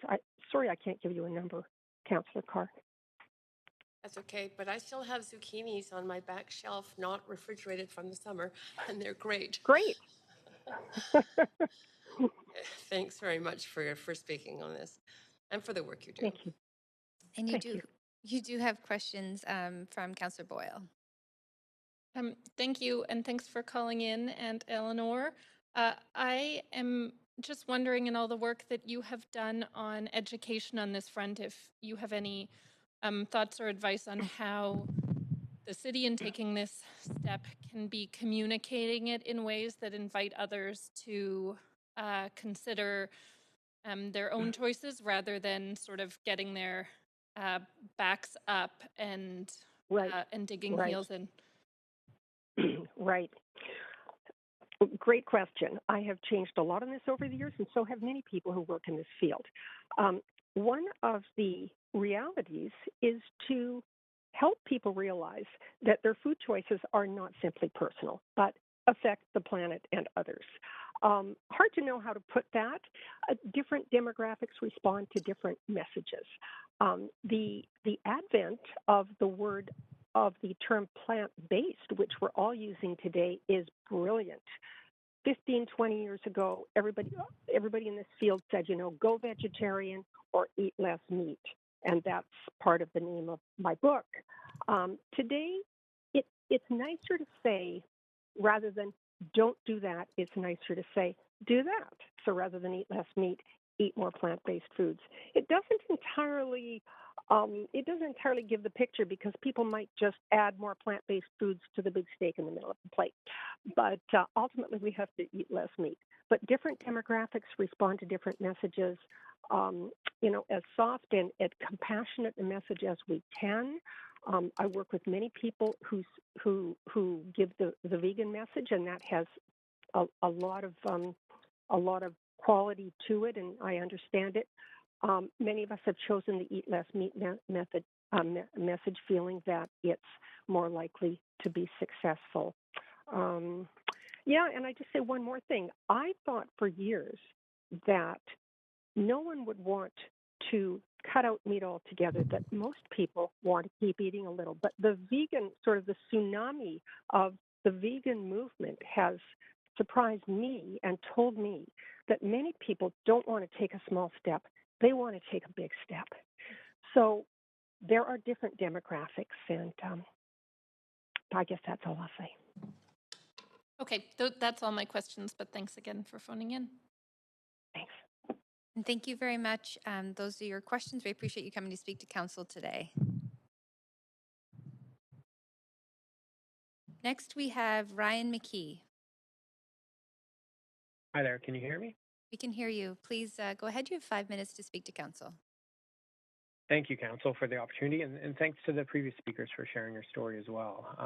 I'm the founder of Elemento, which is a Vancouver business. We make plant-based kids food.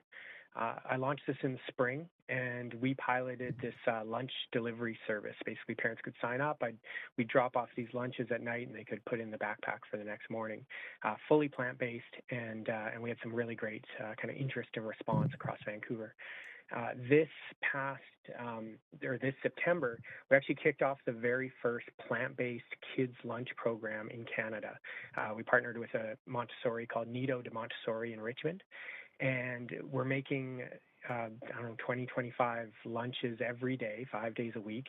I was there in the kitchen at 5 a.m. this morning, and it's been an amazing learning experience. And in just only 2 months or so, we've generated so much insight that I'm here to share, and a ton of interest from other schools that are now inquiring about how they can maybe bring that on.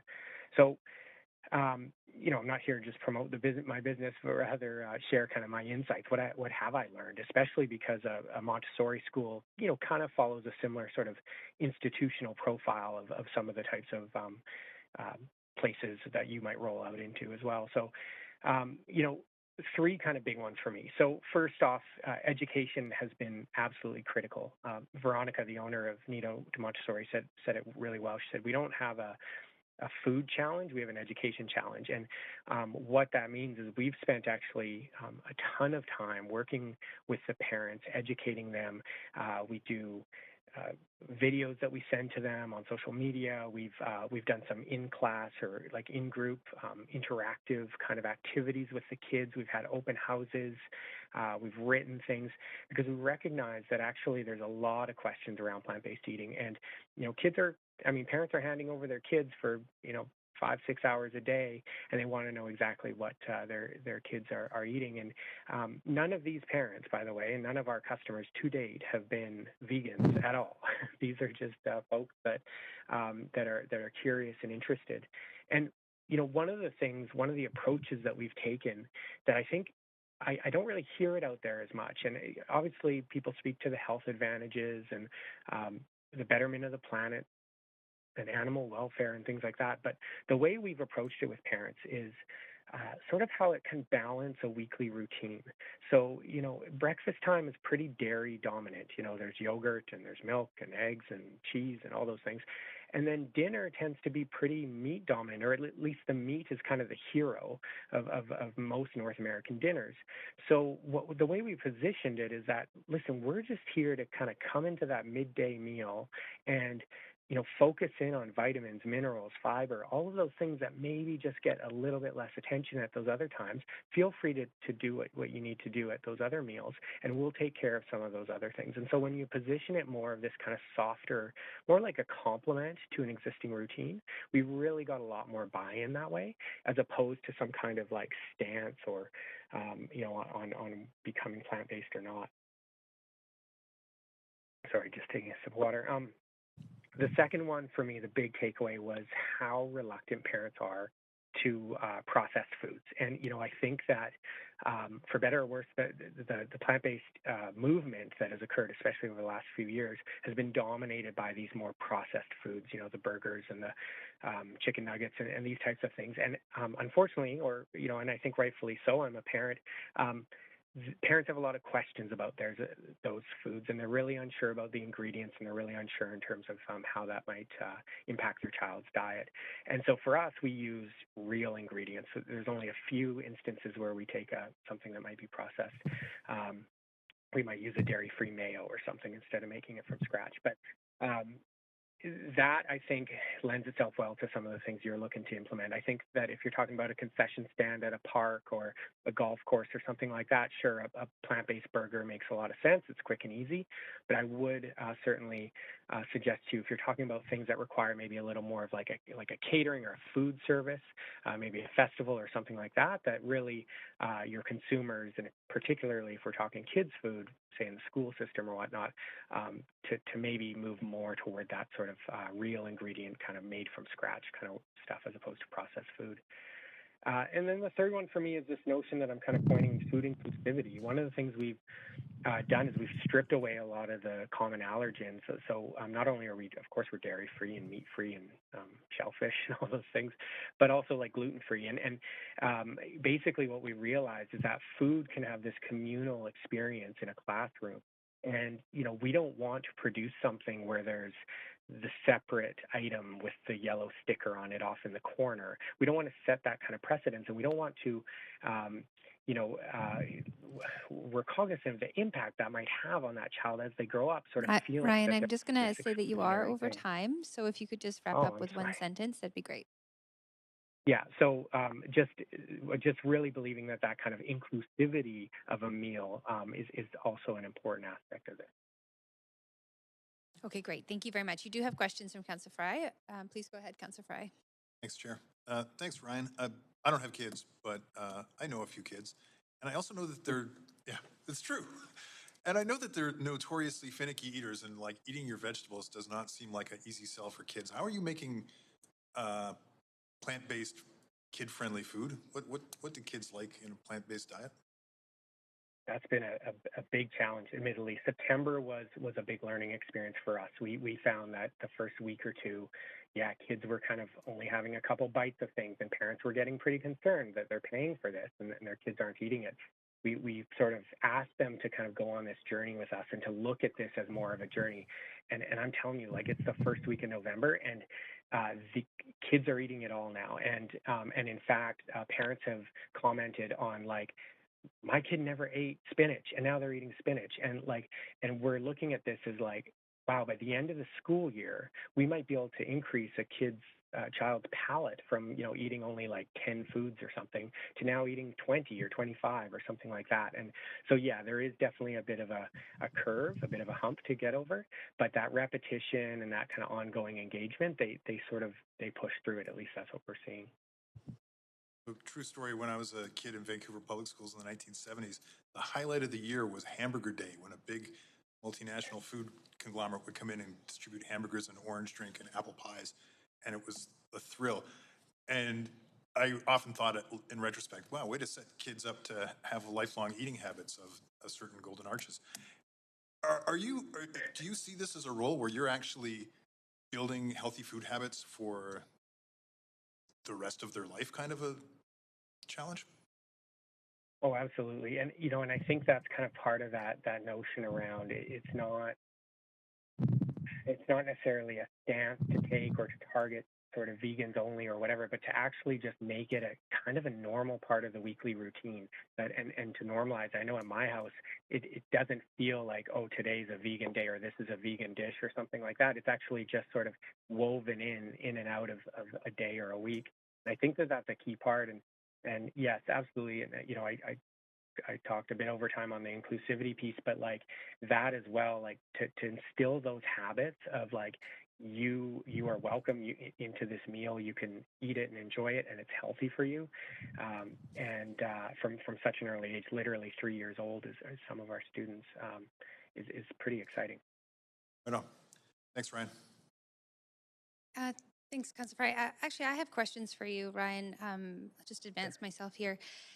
And have moved motions and done quite a bit of work in the space of universal food, healthy food programs in schools. And you've touched on a few things, inclusivity, and what I heard is universality, meaning people are not, young kids who can escape sort of the stigma of needing to access food at schools by offering meals to everybody.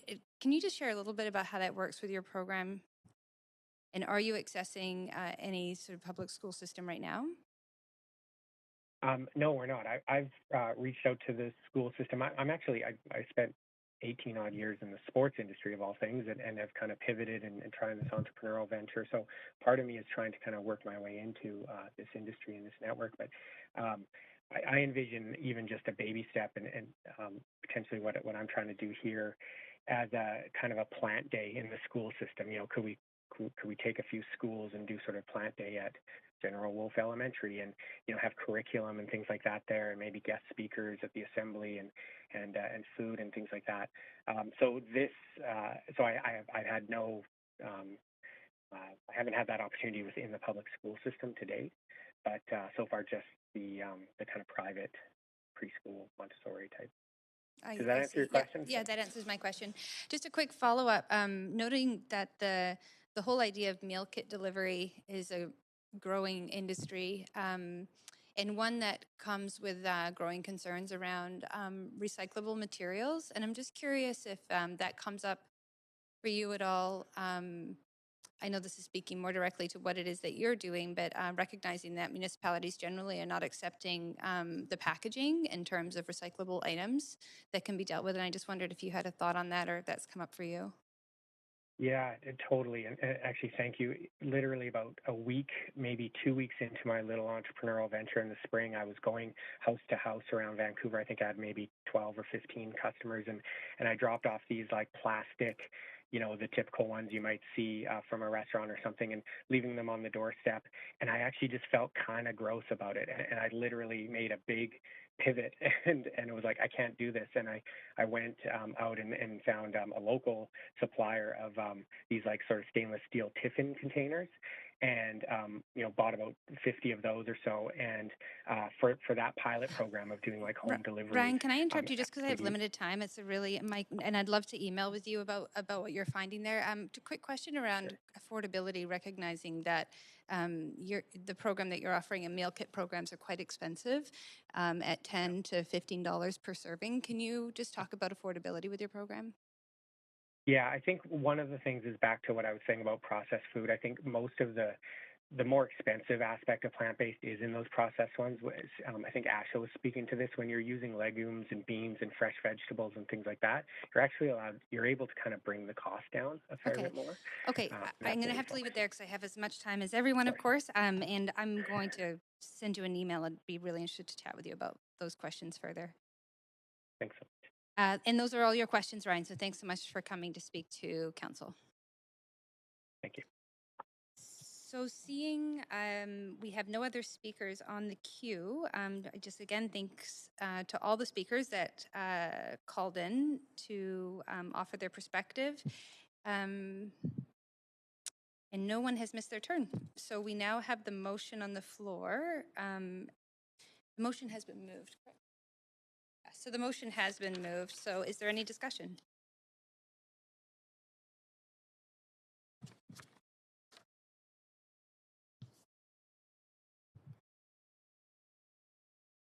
Councillor Carr. The silence was deafening. I actually have to thank Councillor Fry for putting this forward. I think this is a good move in terms of people's health and in terms of the environment. And I'm just, I thank all the speakers. The speakers were great and offered a lot of information. So I'm very happy to support this. Good move for people and the planet. Thanks very much, Councillor Carr and Councillor Fry. Yeah, thanks. And I guess I was just holding out to speak to close. I really appreciate the speakers that came. I think we really got a breadth of kind of really what we're talking about when we look at the plant-based diet options, healthy eating habits for young people and for all of us, small business opportunities, a growth in a sector that we're seeing real momentum here in Vancouver as what some are calling the vegan capital of North America. What an opportunity to celebrate that and bring it into some of our procurement policies. And of course, the impacts on the climate are significant, and the shift to a plant-based diet, even at 20%, is significant. We know that the C20 or the C40 cities have embraced this as a real solution that we need to pursue, and it's something that we need to do, across the planet, because we know that emerging economies and in other nations, meat production is just not even a viable option for feeding populations. So it is a shift, and it's something that we can lead on as a greenest city. So I'm super excited, and I'm really grateful to the work that Vancouver Humane Society has done to put forward this report and the advocacy that they do, and really appreciative of, enjoyed working with this group over the years, and I think they do fantastic work. And I really appreciate that they took the time and attention to focus on how Vancouver could do something like this. And of course, sharing some of these outcomes with our colleagues at school and Parkford, I think is going to be a critical part to the success. And I also just want to, highlight that in speaking to folks about this, I've acknowledged that this council is the council to really actually move the dial on this kind of stuff, because we have consistently, as a council, taken positions on animal welfare and, healthy kind of food practices and stuff that I think when people thought, oh, was this going to pass at Vancouver City Council? I'm like, yeah, I think it will actually, because I think this is the council that will do this. This is the council who rather spontaneously decided we weren't going to go down for closing a lane to sell to a chicken factory in East Vancouver, because none of us really felt that good about factory farming in a residential neighborhood. So kudos to this council as well. Not presupposing how you're going to vote, but sure hope you'll support this. Thanks. Thank you, Councillor Fry. And I'll just, if Council will indulge me, I'm wanted to speak in support of the motion. I think we are asking all the right questions, and even early days when we got elected, if anybody's wondering who was asking for more vegan lunches being brought in for us, it was me. So I'm a huge proponent of plant-based meals, I think, for health, for the environment, cost-effective. And I do see through organizations like Fresh Roots, Coalition for Healthy Food in Schools, that it starts with our early childhood education, and so I'm appreciating that that is in the motion to talk to the Vancouver School Board and continue to push from that angle too. And I think 20% is reasonable in terms of a foot in the door to start to change our practices. So I'm happy to support. So with that, we'll go to a vote.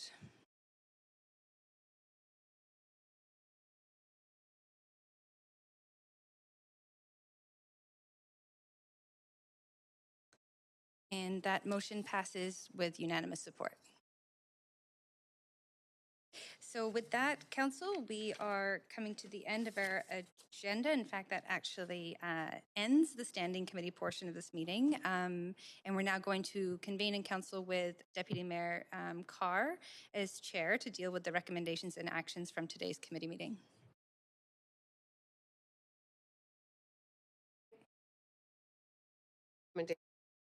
Standing Committee on City Finance and Services. Deputy City Clerk, may we have the roll call, please? Yes, Mayor Stewart is away on civic business. Councillor Carr is in the chair. Councillor DiGenova is on a leave of absence. Councillor Fry. Here.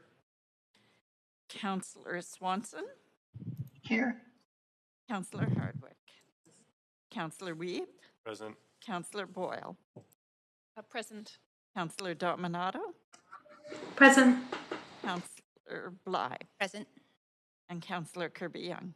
Present. The meeting has quorum, Deputy Mayor Carr. Thanks, Kurt. We need a motion to adopt the Standing Committee's recommendations for items 1 to 4. So moved. Seconder? Thank you. Did you catch that? That was Councillor Hardwick for a second. All those in favor say yay. Yay. All those opposed say nay. This motion carries unanimously. Would someone like to move a motion to adjourn this meeting? Got that, Councillor Hardwick, seconder? Kirby-Young. Thank you. All those in favor say yay. Yay. Yay. Any opposed say nay. That is unanimous as well. This meeting is adjourned. Have a great day, everyone.